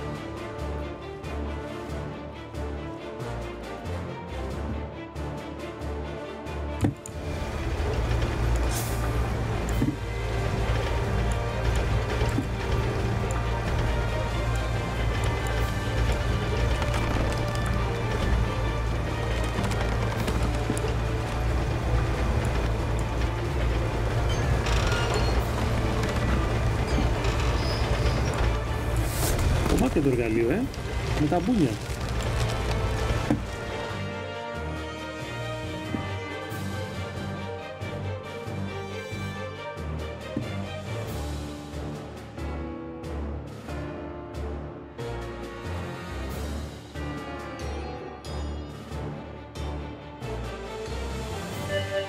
Μου ρίξεις. Μου ρίξεις. Μου ρίξεις. Τώρα ρίξε.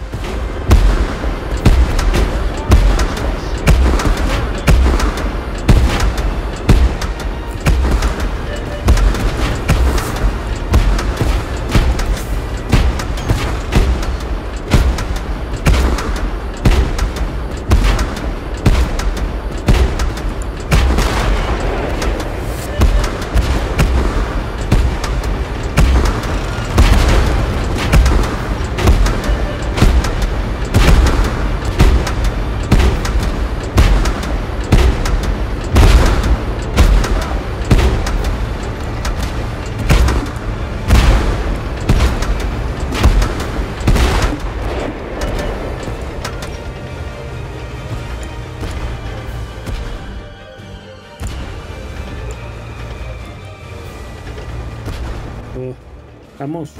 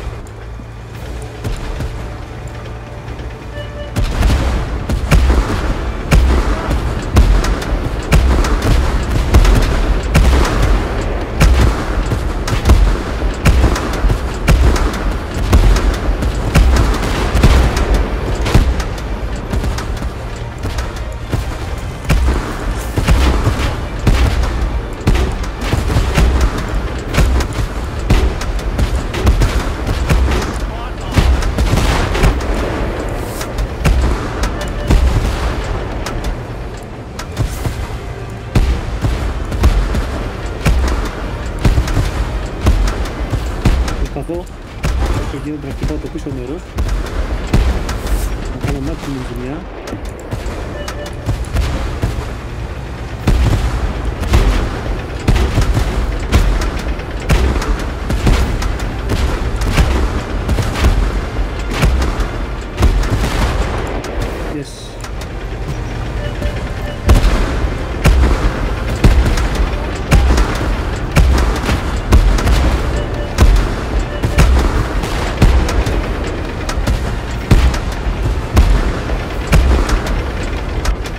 Θα γίνει σφαγή τώρα εδώ.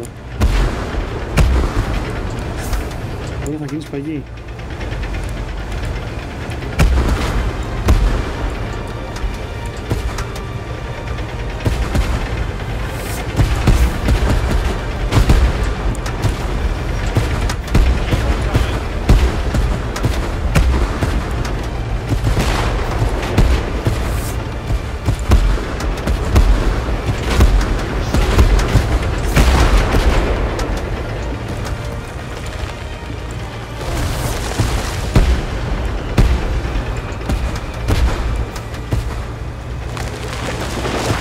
Που με κυνηγάει αυτό εδώ το μαλακιστήρ.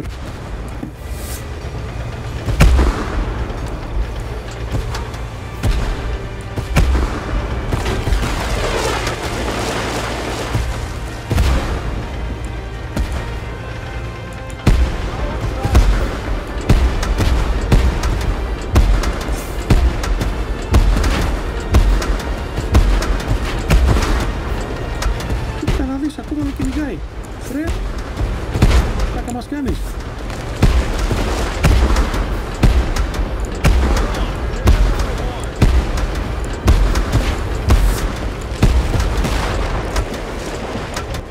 Ρε φίλε, επικίνδυνη κατάσταση ήταν αυτή. Επικίνδυνη.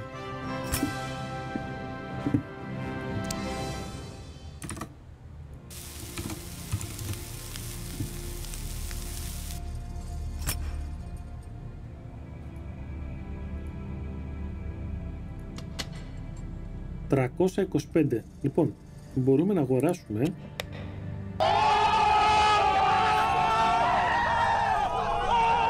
έτσι. Λοιπόν, μπορούμε να αγοράσουμε την ταχύτητα για το passage. Και αυτό θα κάνουμε ευθύς αμέσως. Ωραία. Η ταχύτητα είναι κομπλέ.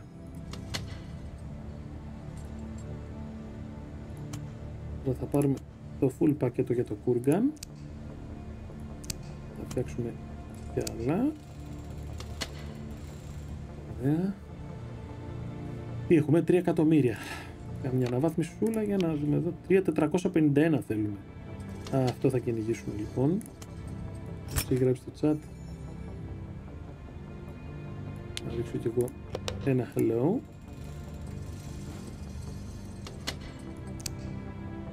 Let's move. Let's move.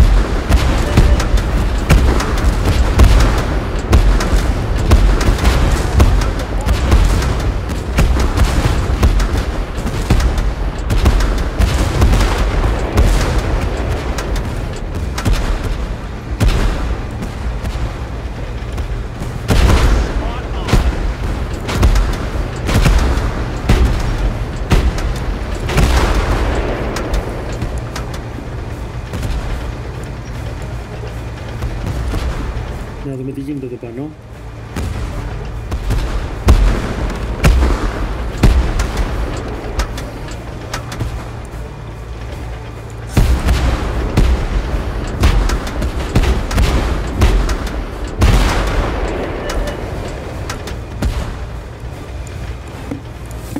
Θα το πάρουμε τη σημαία.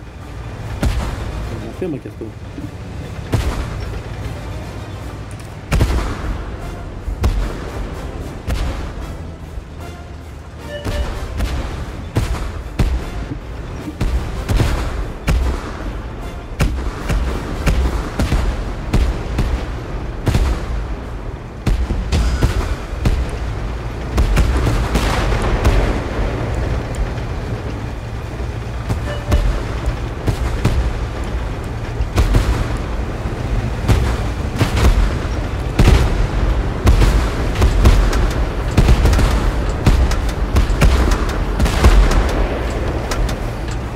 Τρομπόνι.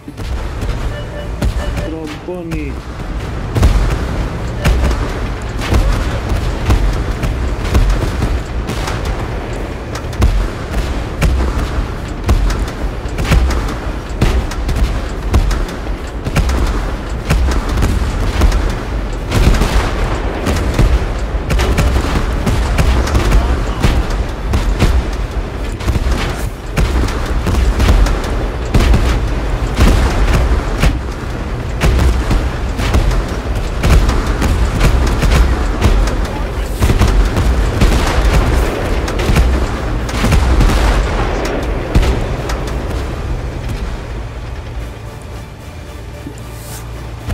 Εσύ μου ήρθες πουλάκι μου πριν. Τακτοποιήσω τώρα.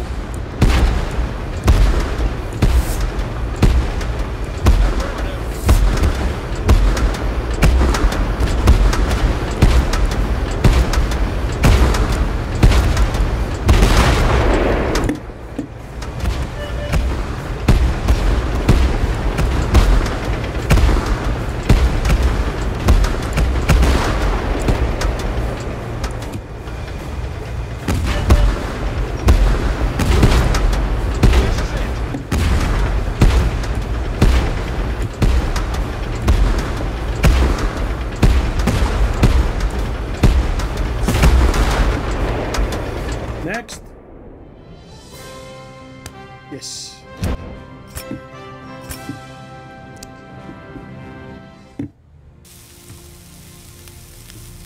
Καλά τα πήγαμε, δεν τα πήγαμε άσχημα. Έγινε τζέρτζελο.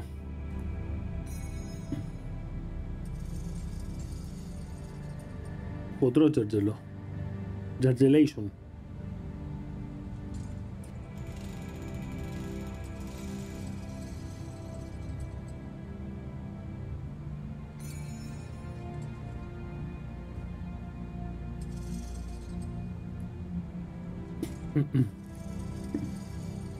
Το τι κάναμε, ένα 568.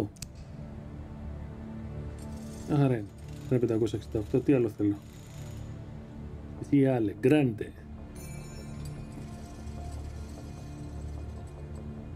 Τώρα έχουμε 4603, να είναι αναβάθμιση. Και έχουμε και ένα 152, το οποίο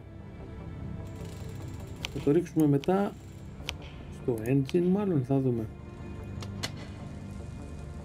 Ακόμα έχω PCR, δεν φτάνουν τα το χρήσω. Α, ίσα ίσα.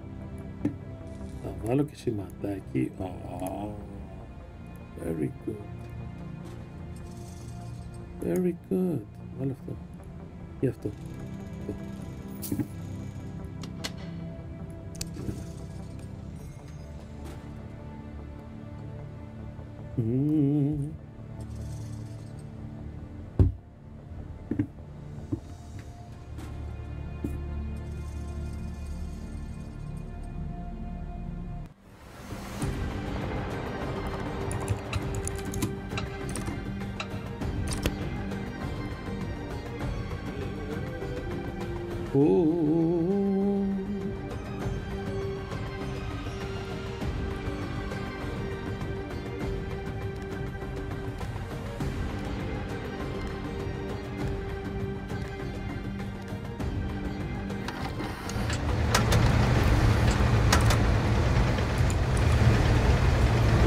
Let's move.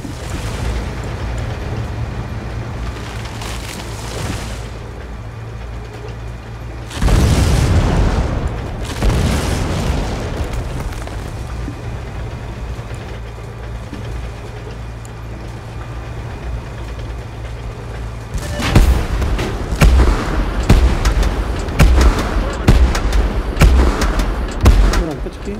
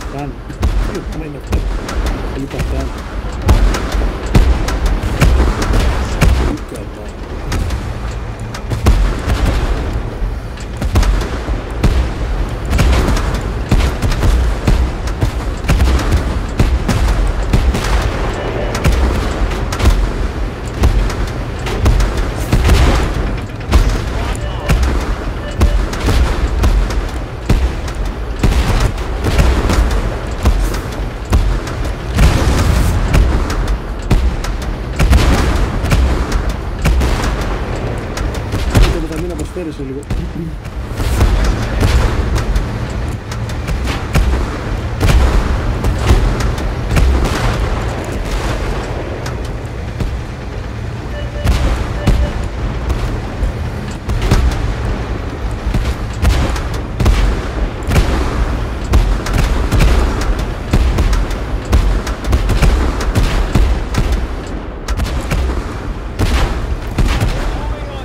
Και όπως το είπα, έτσι και έγινε. Θα είμαστε εδώ να πάρουμε τη σημαία και κάνουμε και λίγο την πάπια. Πακ, πακ, πακ. Η Papian. You know Papian?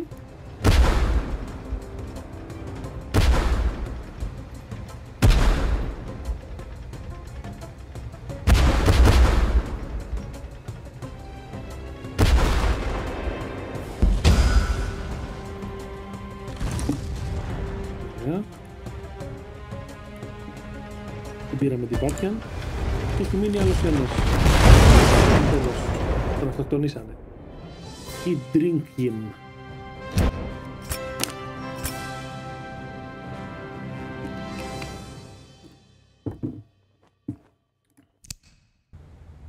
He drink him.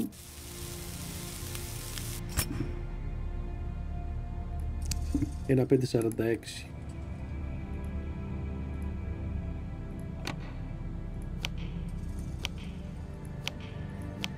Λοιπόν, πάμε να κάνουμε το εργαλείο του πάνω. Να βάσουμε το loader ή να κάνουμε υπομονή για το μερικά. Να βάσουμε το loader. Okay. Λοιπόν, αυτό δεν έχει πια EPCR, θα πάρουμε αυτά εδώ. Θα βάλουμε στο Gurkhan. Και θα φτιάξουμε και καινούρια με 300.000 και φύγα μίσια.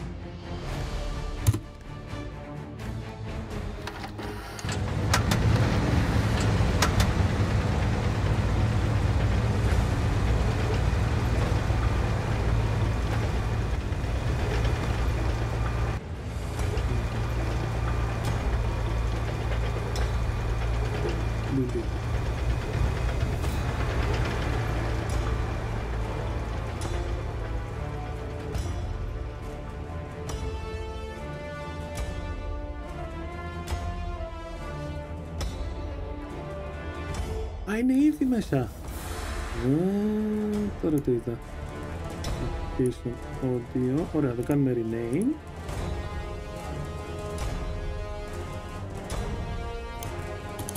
Audio.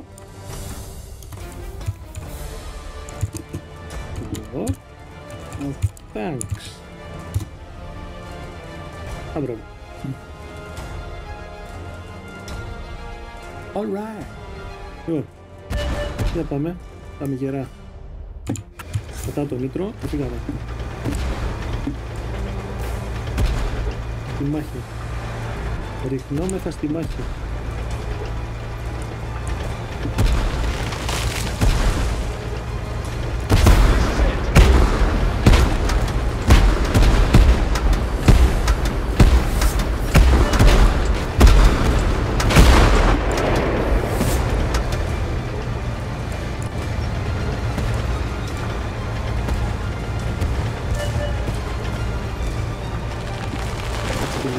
Πλάτη εδώ.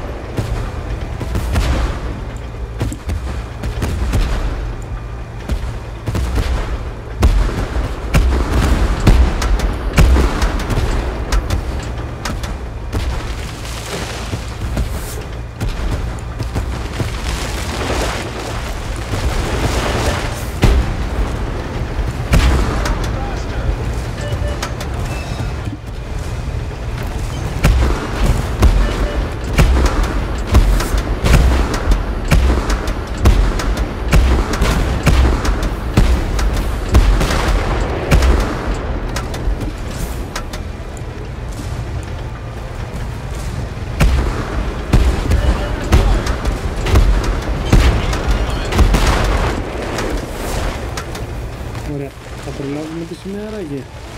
Εδώ το ερώτημα. Εγώ νομίζω να την προλάβουμε κανονικά. Για να δούμε.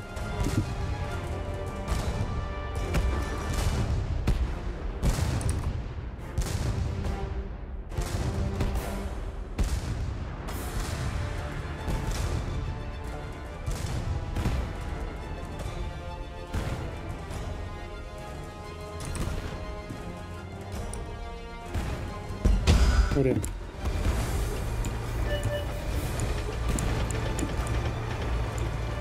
Μας έδωσε και ταχύτητα.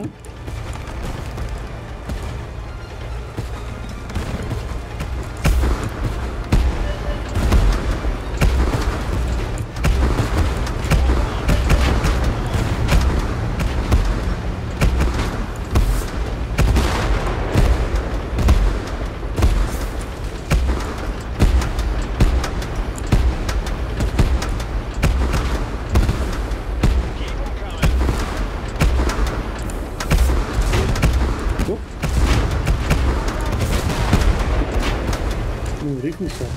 Ίσως, σαν δεν τρέπησε λιγάκι.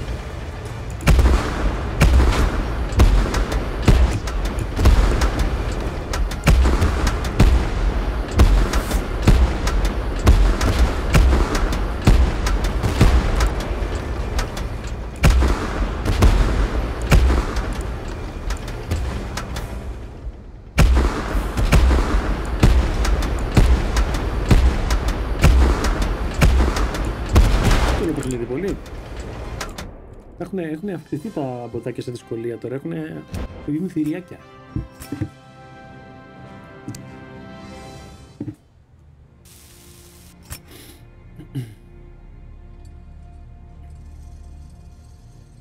Είναι 300. Πολύ καλά.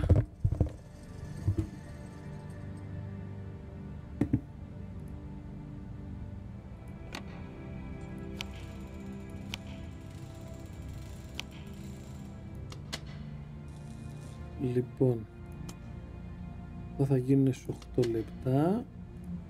Ήρθε η ώρα νομίζω να δοκιμάσουμε το Passage για να δούμε τι κάνει. Να δούμε τι κάνει το εργαλείο. Είμαστε 2 ώρες ζωντανά, παιδιά. 2 ώρες. Δεν ξέρω τώρα πόσο ακόμα θα κάνουμε. Μπορεί καμιά ωρίτσα ακόμα, σίγουρα. Μπορεί και παραπάνω.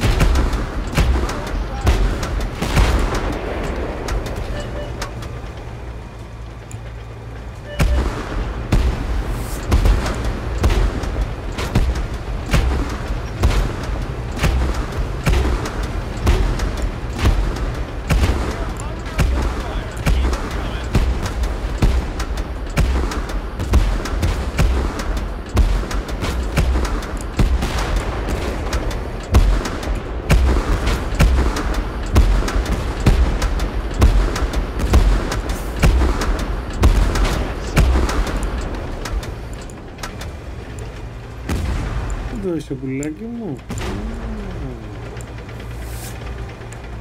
Εδώ είσαι.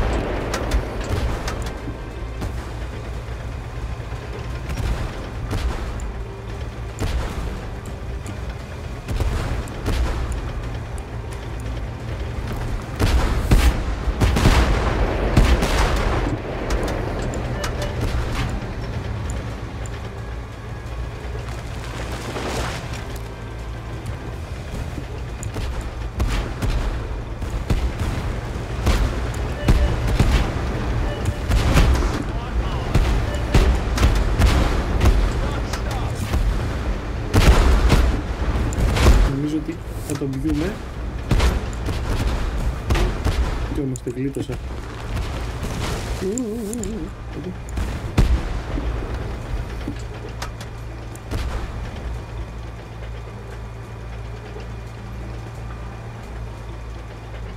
Ξαναβγήκε τέταρτο,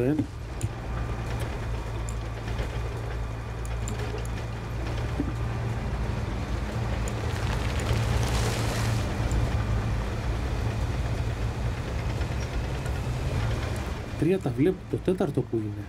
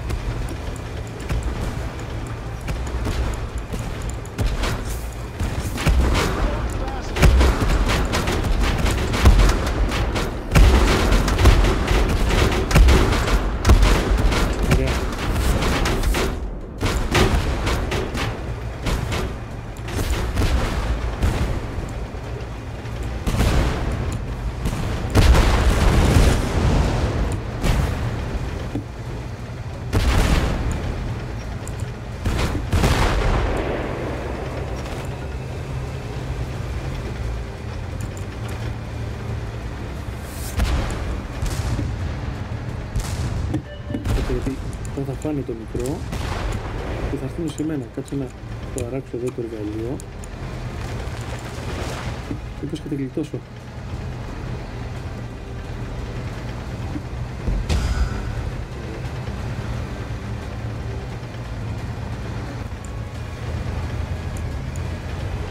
Τι έχουνε μείνει? Α, είναι 3 τελικά.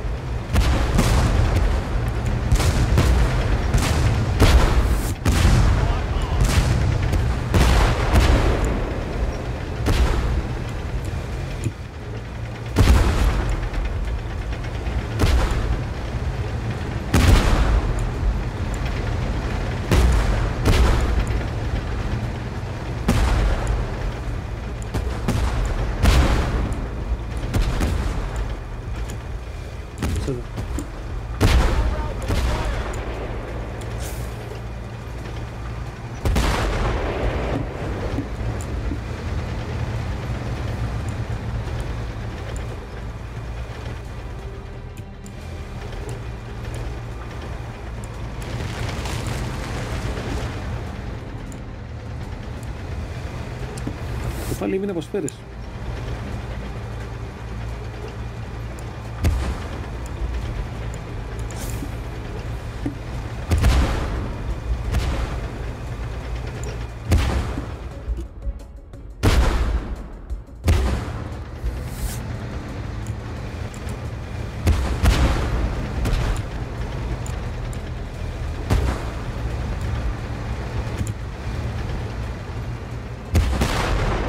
Αυτό είναι. Αυτό είναι.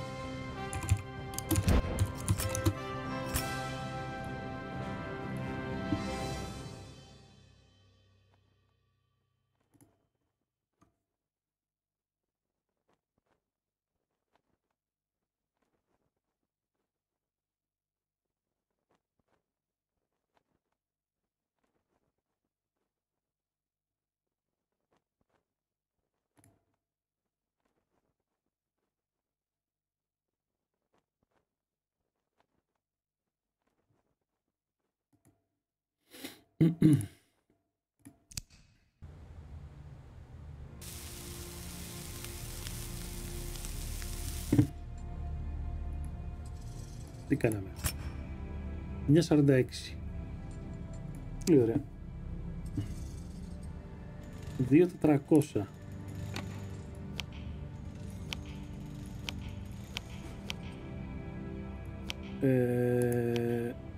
Ναι, θα βάλουμε το engine τώρα. Θα βάλουμε το engine. Και έχουν γίνει και κάποια... Ωραία. Θα τσιμπήσουμε και το Kurgan. Okay. Λοιπόν, πρέπει οπωσδήποτε να δούμε τι μπορεί να κάνει το Passage. Πάμε να το δούμε τώρα. Τώρα γιατί έχει δυναμώσει λίγο. Οπότε μπορεί να παίξει μπαλίτσα δηλαδή το Passage αυτή τη στιγμή.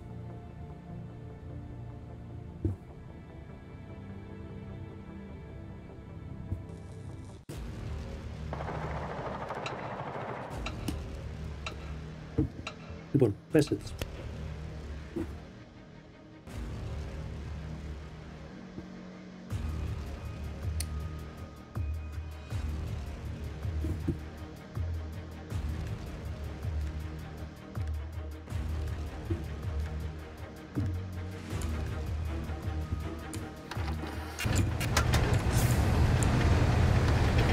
Όταν γίνεται αυτό... Αμάνα φίλε, όταν γίνεται αυτό. Μπαίνουνε μπροστά μου.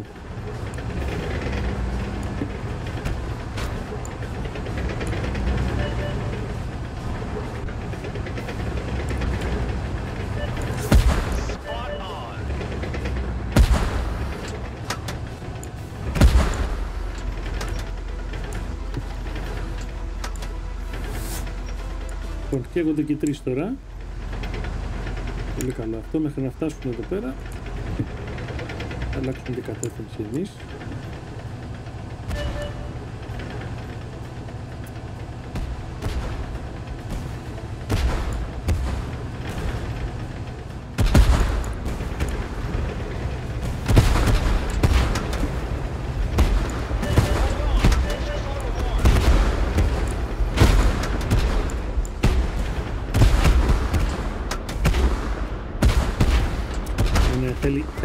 Θέλει και άλλο reload. Για κάθε φορά που ρίχνει είναι 5-200, έτσι.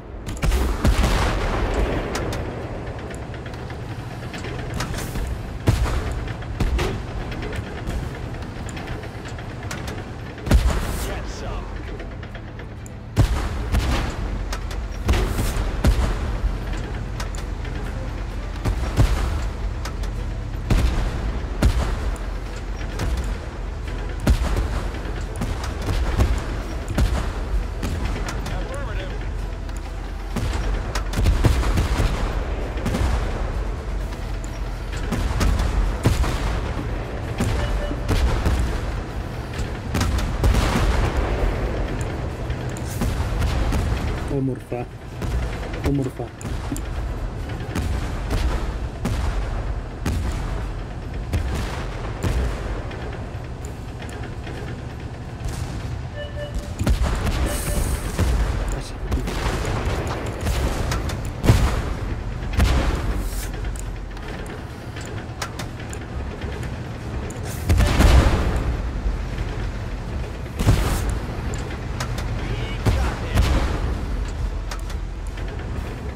Κοίτα, που έρχεται από πάνω το πονηρό.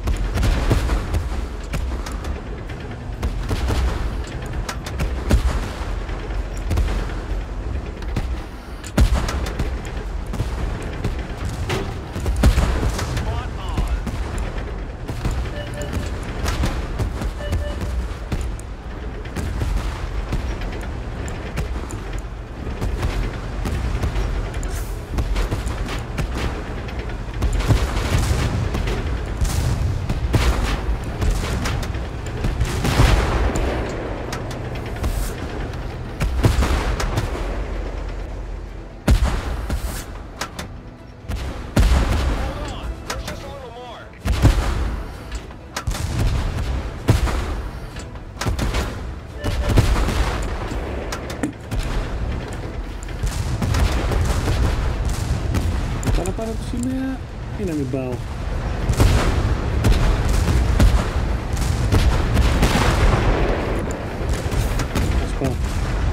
πάρω τη σημαία.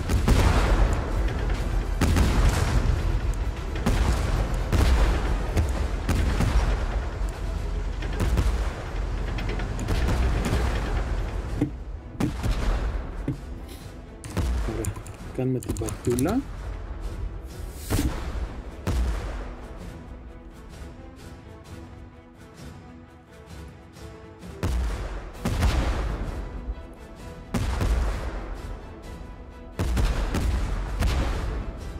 Σωστό.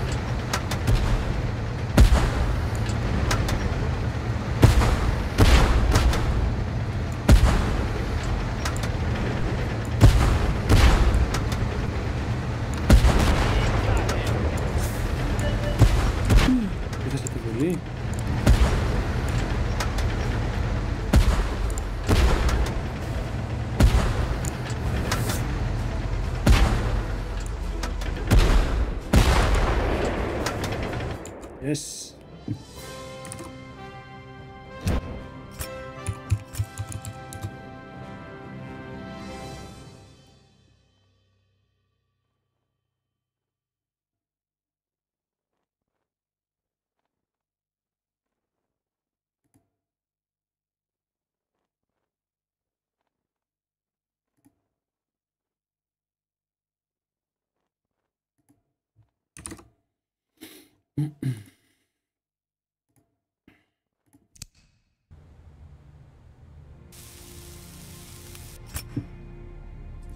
Ένα 392.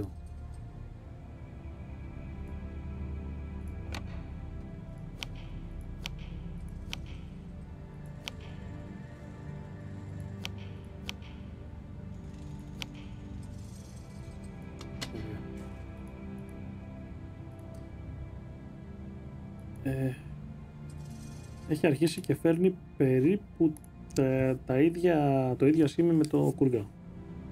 Αν δυναμώσει λίγο ακόμα, νομίζω θα φέρει πιο παραπάνω σήμη.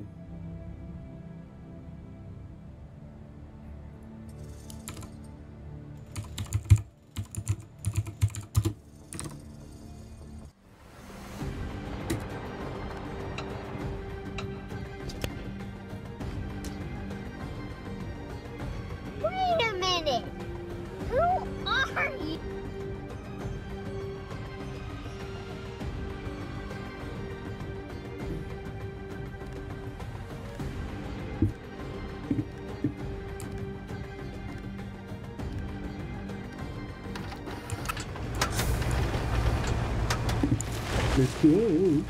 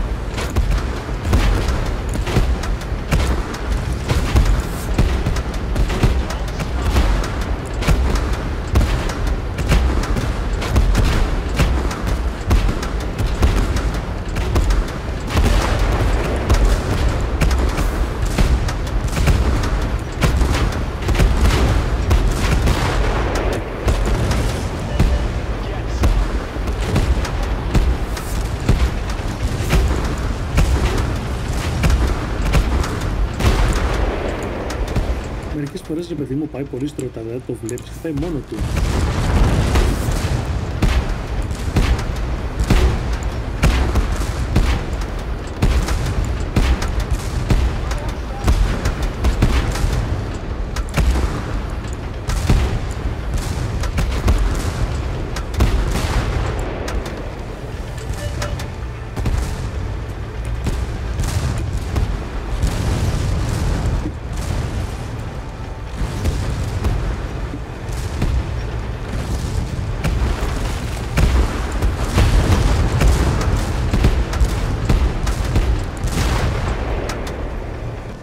Ωραία.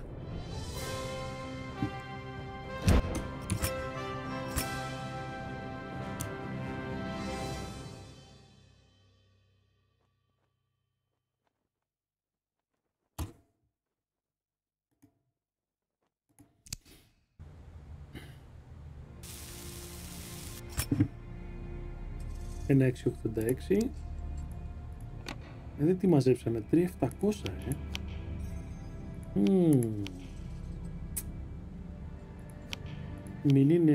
Μην είναι ώρα να πάμε στο 4800, άλλο εκατομμύριο είναι. Αυτό θα κάνουμε. Πόσο θέλει, ακόμα 2 λεπτά. Αυτό θα κάνουμε. Θα παίξουμε με EPCR με το PES έτσι.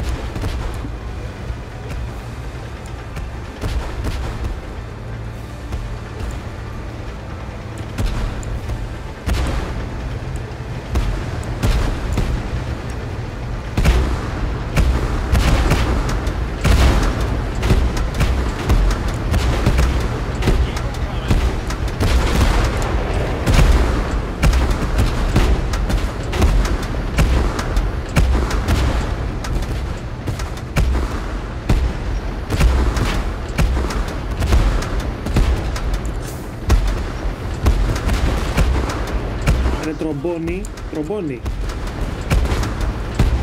Τρομπο.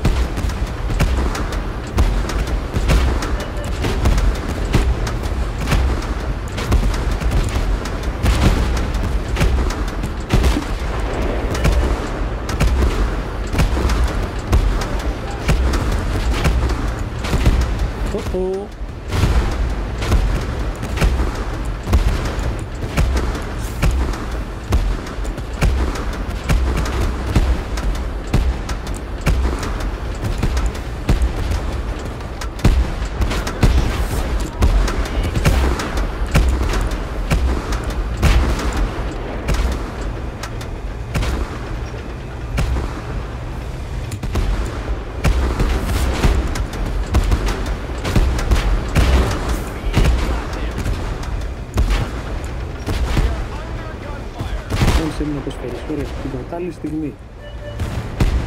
Perfect time. Perfect. Let's go.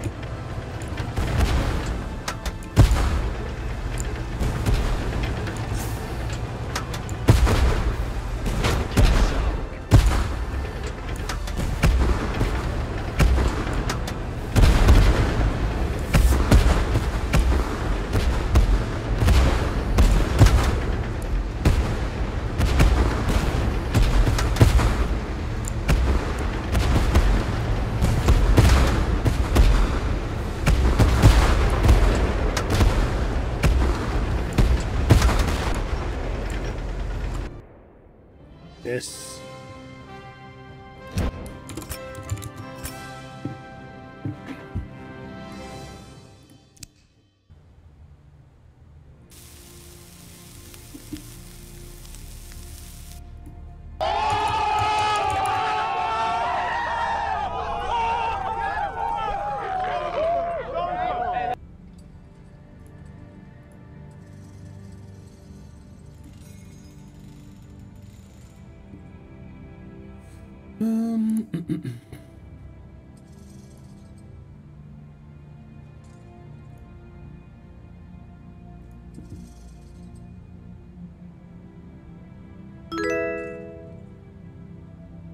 Σακάς είναι ο Σακάς που νομίζω. Ευχαριστώ για το follow, Σακά. Είναι ο Σακάς που νομίζω, ναι ή όχι? Ας μου γράψει στο chat. Είναι αλήθεια αυτό? Πείτε μου, είναι αλήθεια?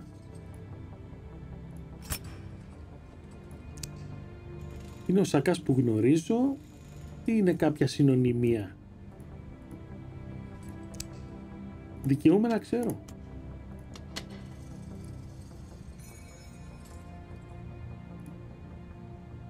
Λοιπόν, αυτά ναι, μπορούμε να τα τσιμπήσουμε για το κούργα. Λάπατης εδώ. Και να φτιάξουμε και μερικά εδώ.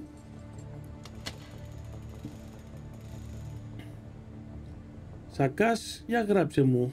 Τι γίνεται? Συμβαίνει.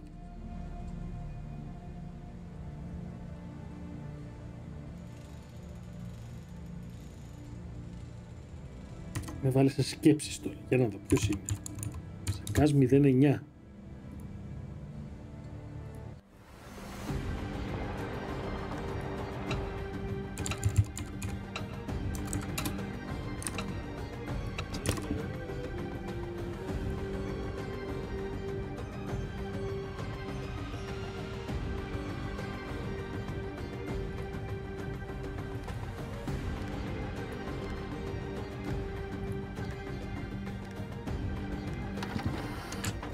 Και φύγαμε κομμάτια με τη μία.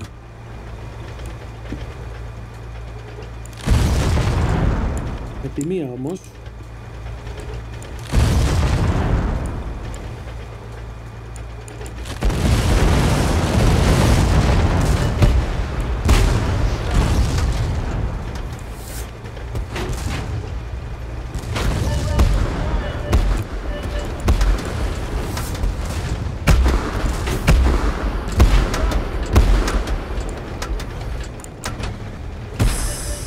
Ωραία φίλε, δίπλα μου βγήκε.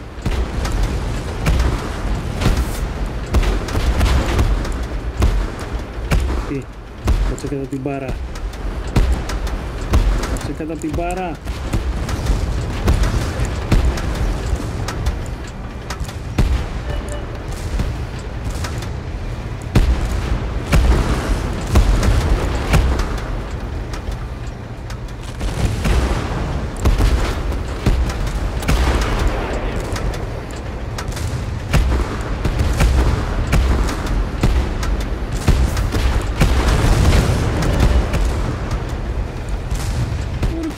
Εσύ μου ρίξεις πάλι. Σαν την πλάτη μου κιόλας. Σαν να ντρέπεσαι λίγα.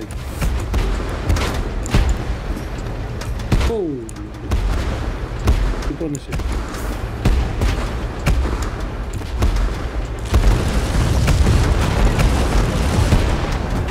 Να κοντρολάρω πολλά παλικάρια εδώ.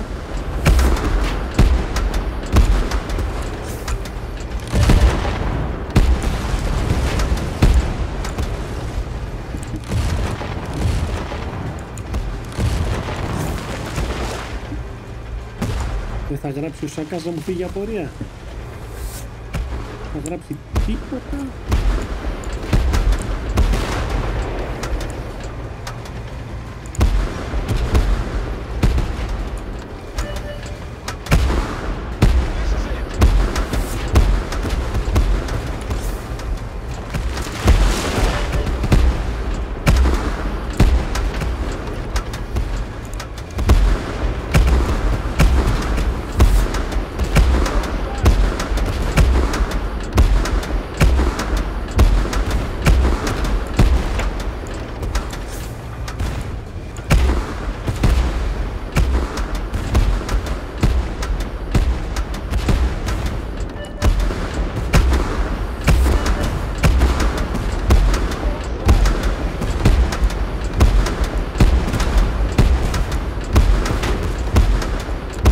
Έτσι, μπράβο, τρομπόνι. Τρομπόνι.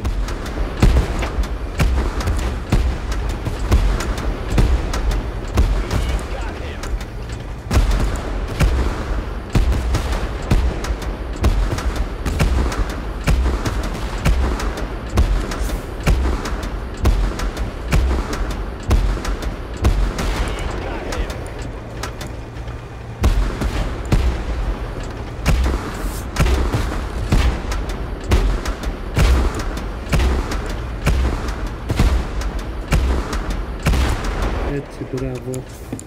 Έμεινε ένα, λέει. Πού είναι αυτό το ένα?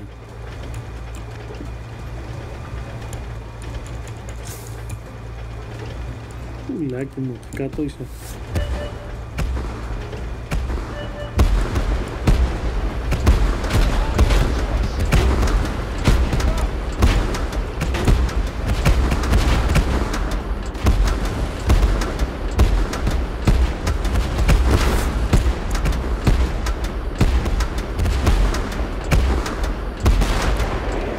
Τέλος.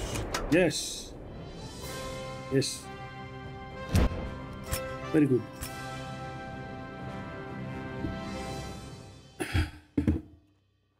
Έντεκα 11 kills. Οκ. Δεν είναι άσχημα. Να το. 1.900. Ακόμα βγάζω περισσότερα με το Κούργα από ό,τι βγάζω με το PES έτσι. Συνεχίζω δηλαδή. Ωραία. Αυτό σε 5, αυτό σε 9. Έχουμε μαζέψει 6 εκατομμύρια. Λοιπόν, θα τα βάλουμε στο, εννοείται στο main gun. Και μένει και ένα 452. Ωραία, κάνουμε υπομονή προς το παρόν. Έχω μερικά EPCR στο PES, θα βγάλω αυτό τώρα.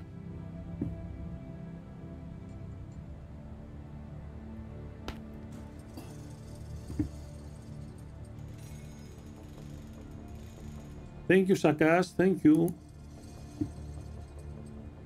Πρέπει να είναι Έλληνας. Περίεργο. Κάς είναι ελληνικό επώνυμο.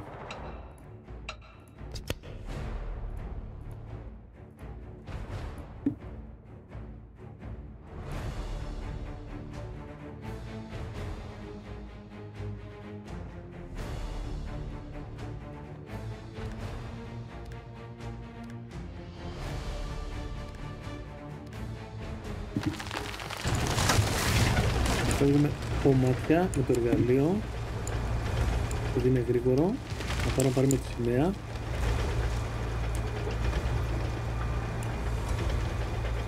May the force be with us. Το δένουμε από εδώ.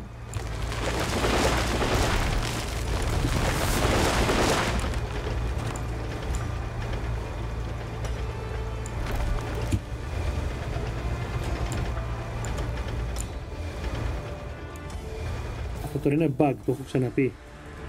Περνάει γραμμή μέσα από τη ρόδα, πώς γίνεται αυτό? Κοίτα εδώ.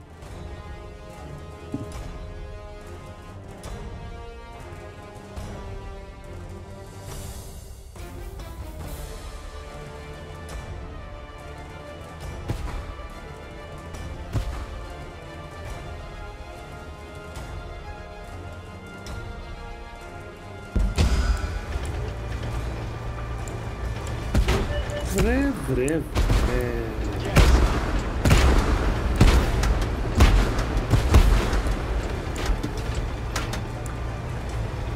Σε είχα σταματήσει και ξεκίνησες. Παράδεκτο.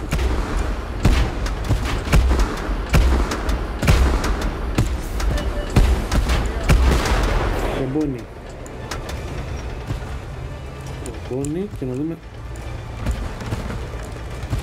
Θα χτυπήσουμε που είναι εκεί πάνω τώρα. Και δεν μπορούμε. Α, μπορούμε.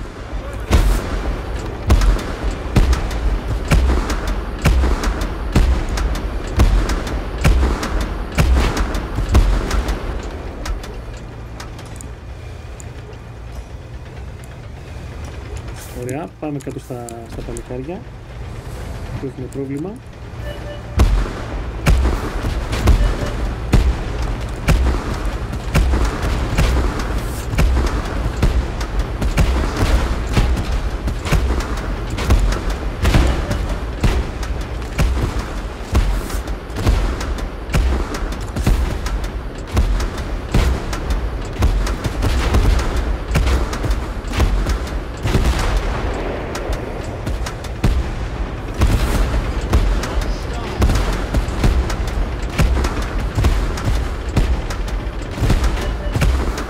Πόσο άρμορ έχει το τσαγιάνι?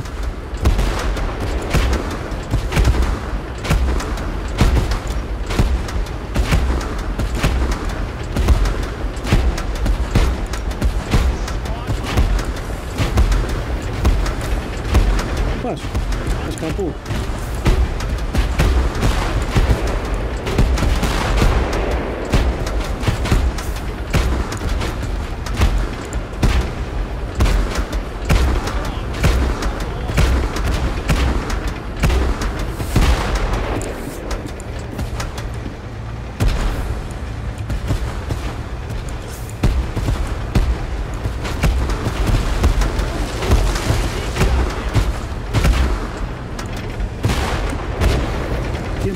Μείναμε από σφαιρίδια.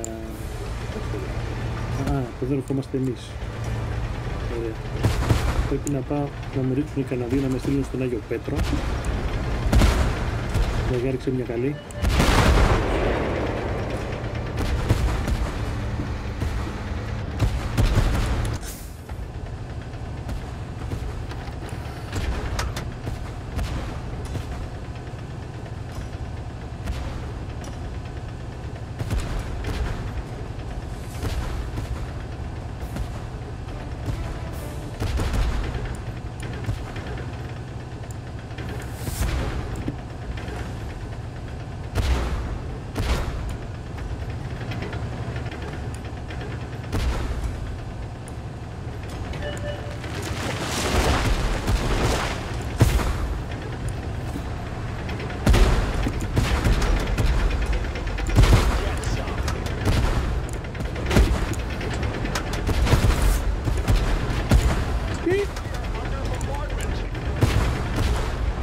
Άρχισε και εσύ με EPCR.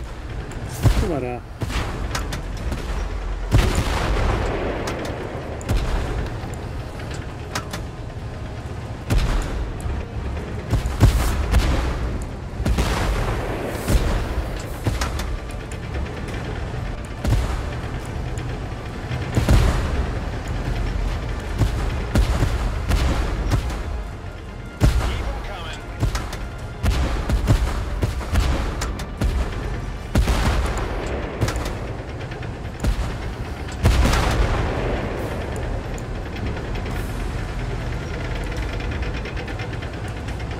ρε φίλε. Αυτό το πράγμα τώρα με τα EPCR, ας πούμε, στο Tank Force δεν θα γινόταν ποτέ. Δεν σου δίνει τόσο γρήγορα EPCR για να παλέψεις. Παλεύεις σαν μαλάκας με τα IP.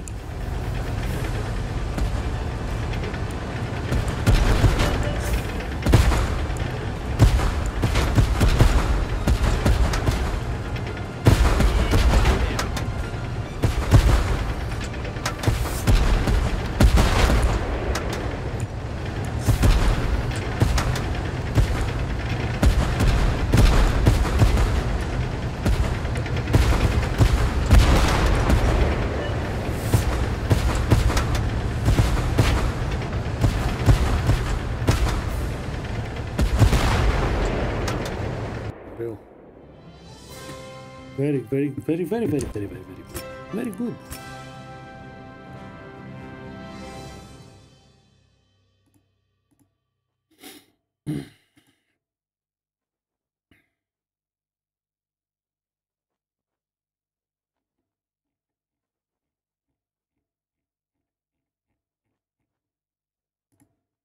Okay. Τι κάναμε? 315.000 ζημιά. 980.000. Βλέπεις, δεν είναι τόσο όσο το κουρκά. Κάνει πιο λίγη ζημιά αυτή η μαλακία. Ωραία, 2.442. Συγγνώμη, εδώ δεν έχω commander. Α, ωραία. Οπότε θα διαλέξω ένα κομμάτι. Τον έχει πάρει το commander το passage. Οπότε εδώ. Για να δούμε τι θα επιλέξουμε τώρα.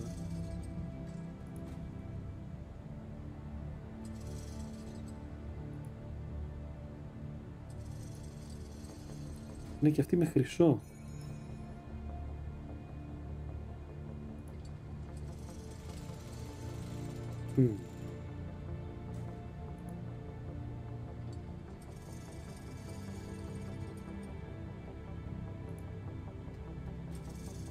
Reduce incoming damage 1%. Ταχύτητα.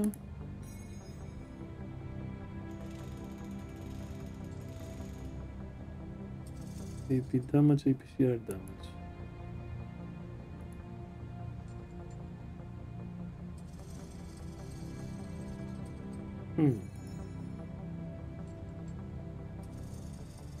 Α, πάρουμε το Fedor. Έλα το ρε Fedor μεγάλε. Rank up. Θα θέλει 2,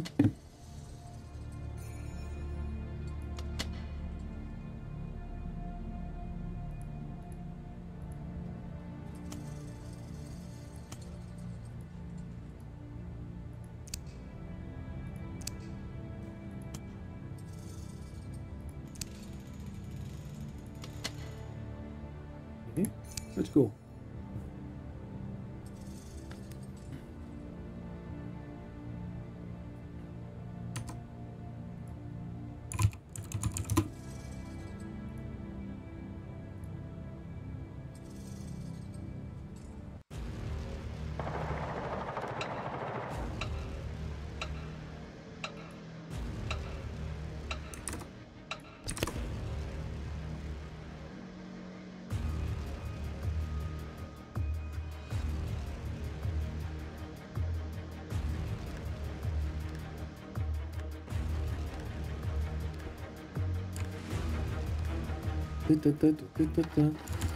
Φεύγω, κομμάτια, φεύγω.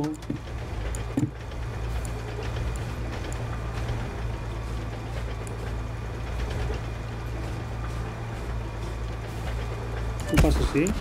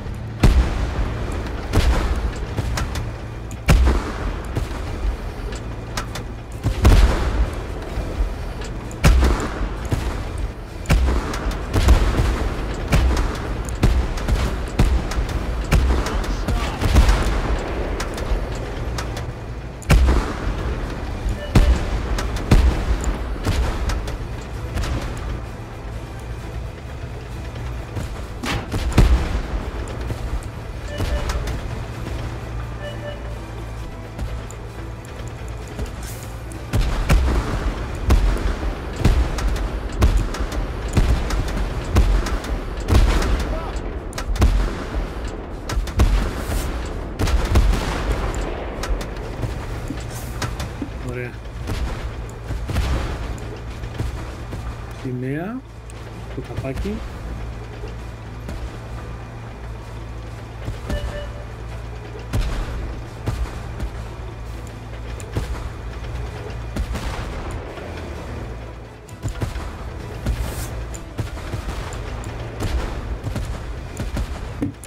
Κάνουμε και λίγο την πάτια εδώ.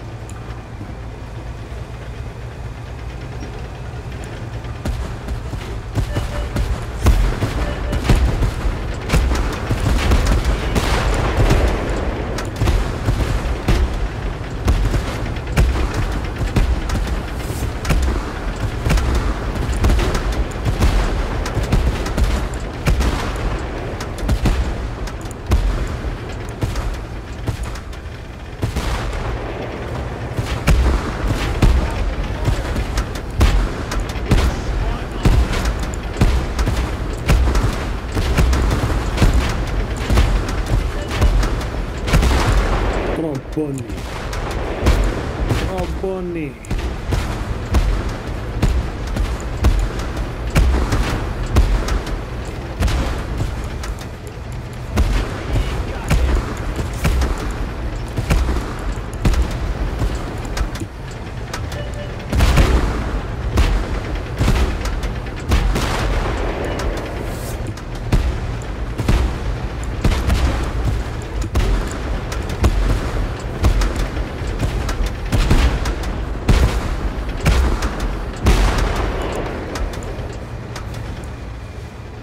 Και είναι ένα.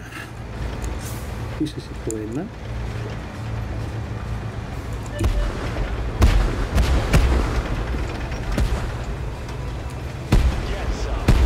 Τα παντηλίκια παίρνω, έτσι. Παντηλίκιους. Τέλος. Ολική καθάριση.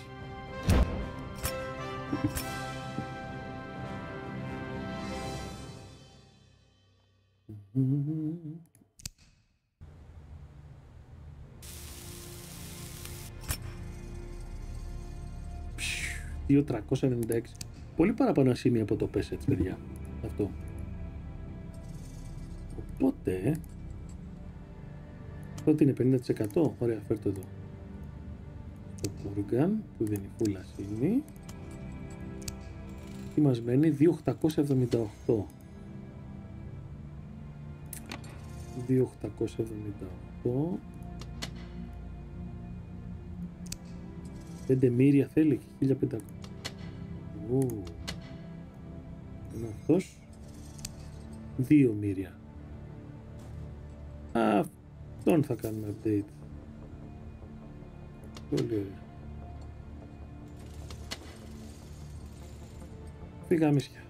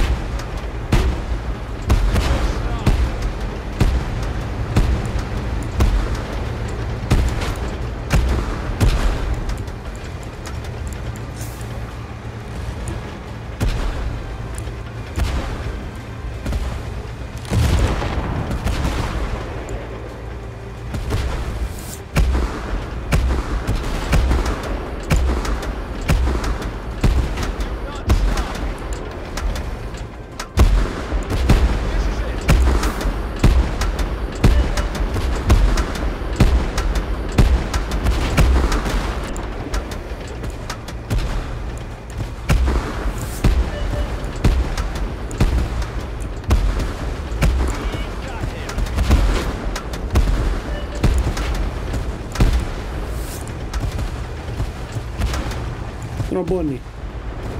Έλα ρε, τρομπόνι.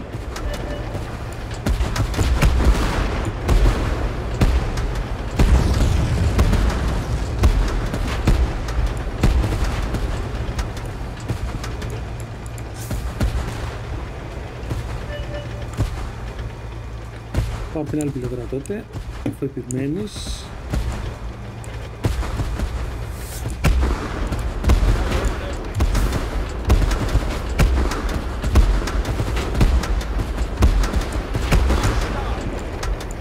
Πλάκα, δεν πάω για τη σημαία. Να πάρω και κανένα πόντο.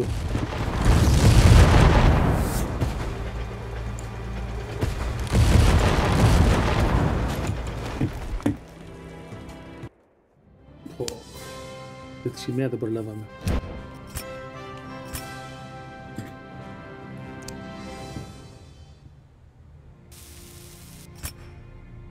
Ένα 219.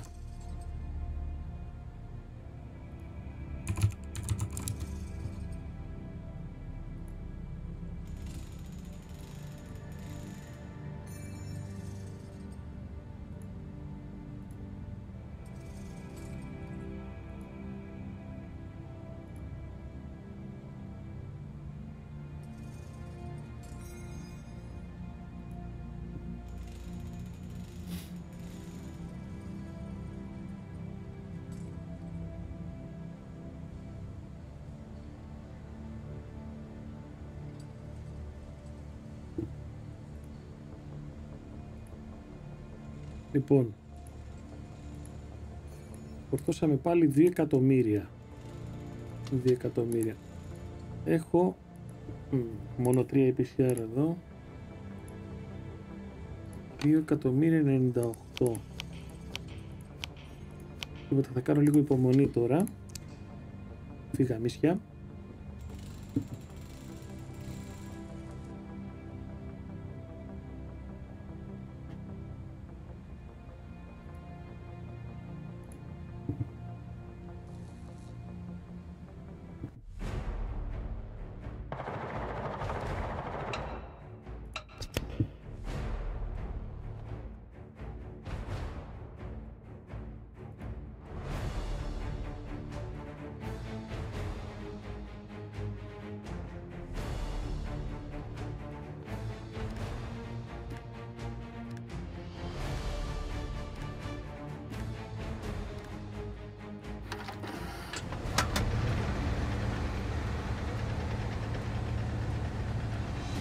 Τι γίνεται σήμερα, τι γίνεται σήμερα.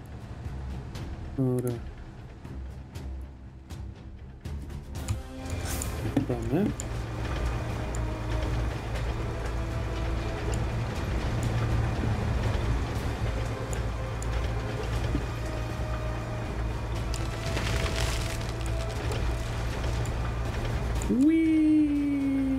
Και από κάτω κομμάτια με τις πάντες. Και πάμε για τη σημαία.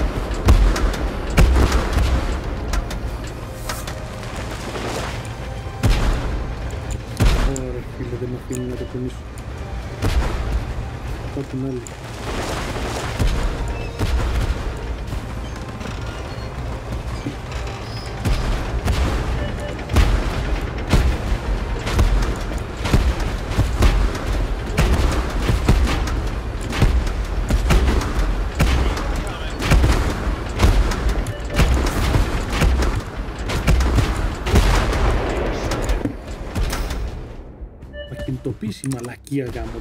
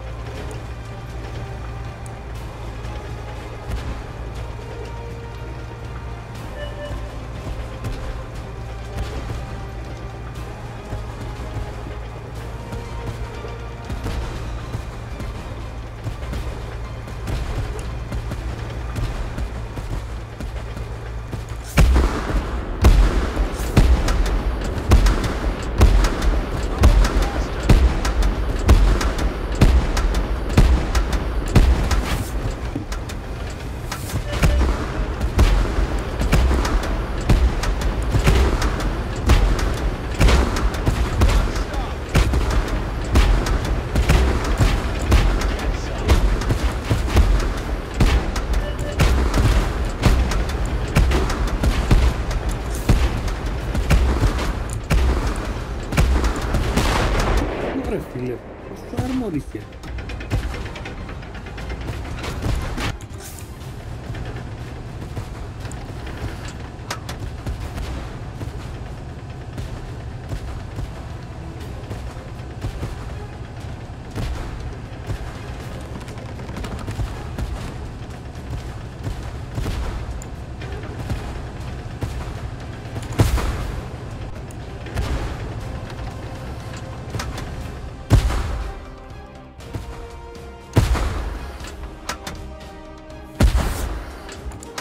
Yes. Yes. Yes. Λοιπόν, 7 kill. Τρίχες καθαρές. Αυτή τη φορά δεν κάναμε τίποτης. Τίποτης.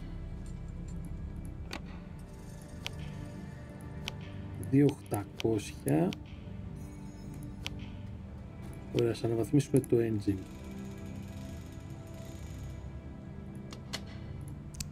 Πήγα νησιά.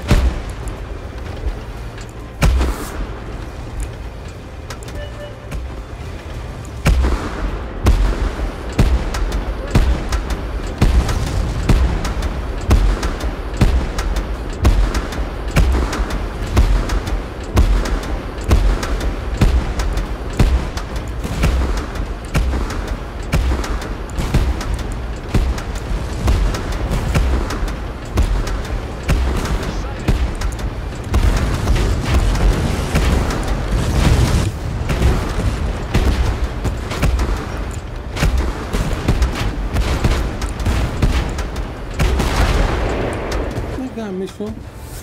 Τώρα, κάνε αυτό ρε.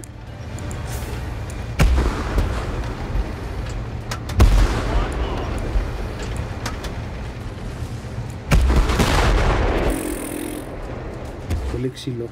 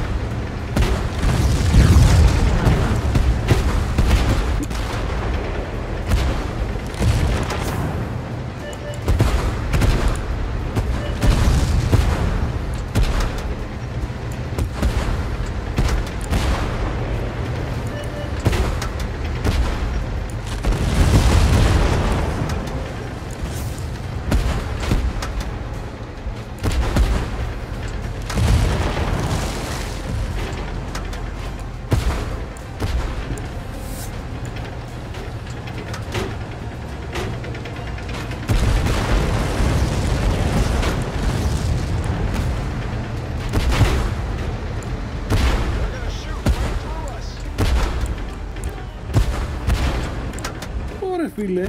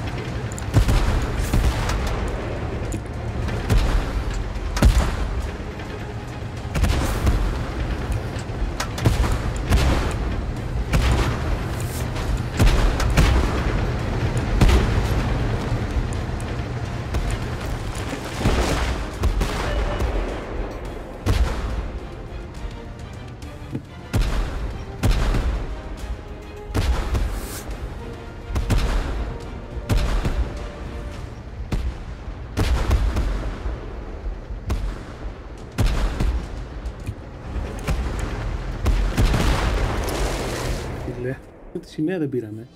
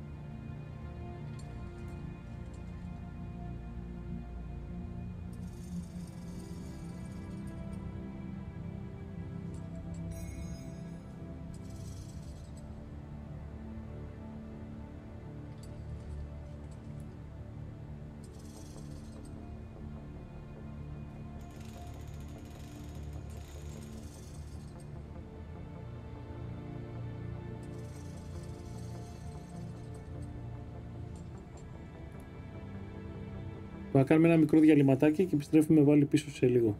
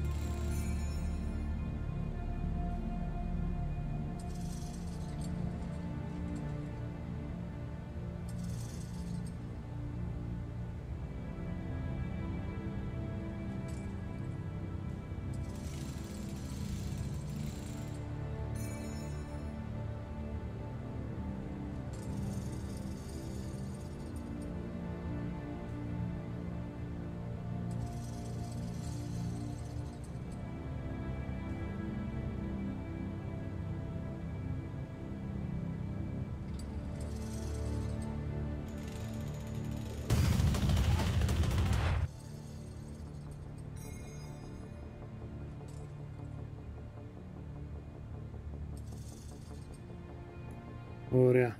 Για να κάνουμε ένα τεστ.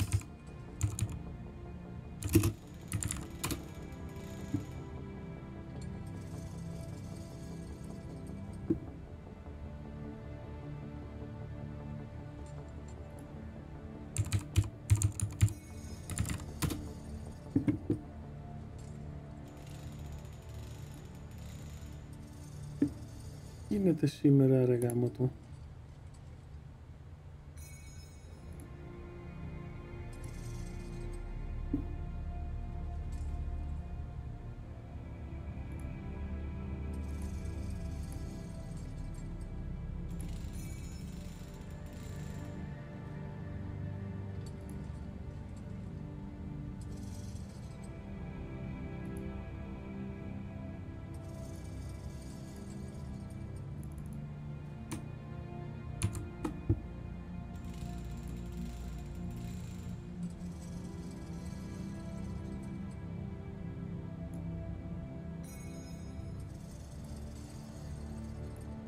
Ούψ.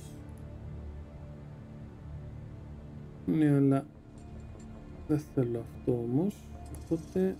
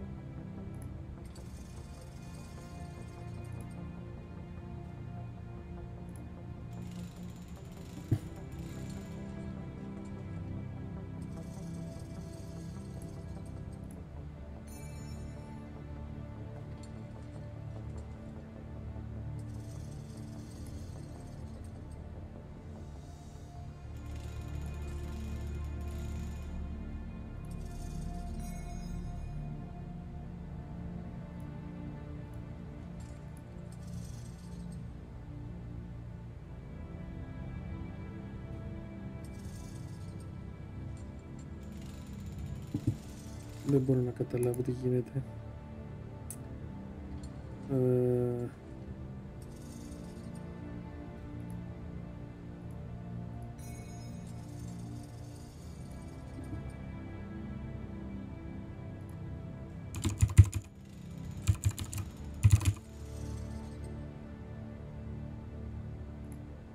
Copy. Paste. Okay.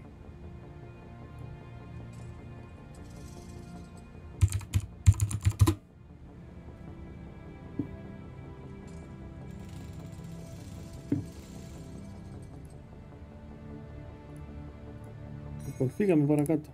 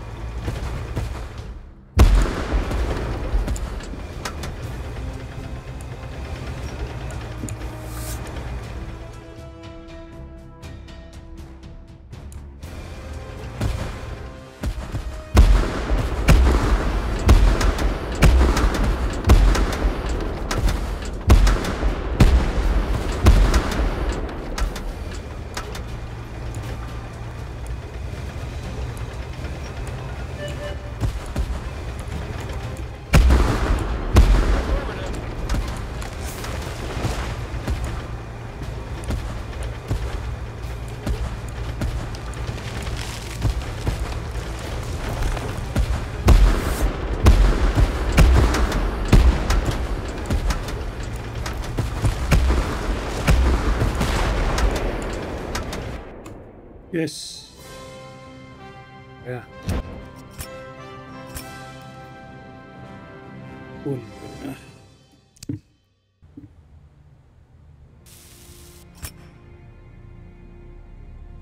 Ένα, 2,69.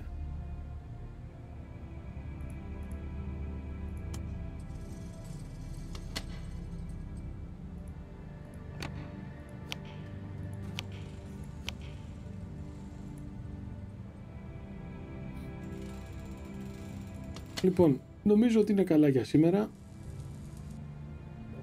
Καλά ήταν σήμερα.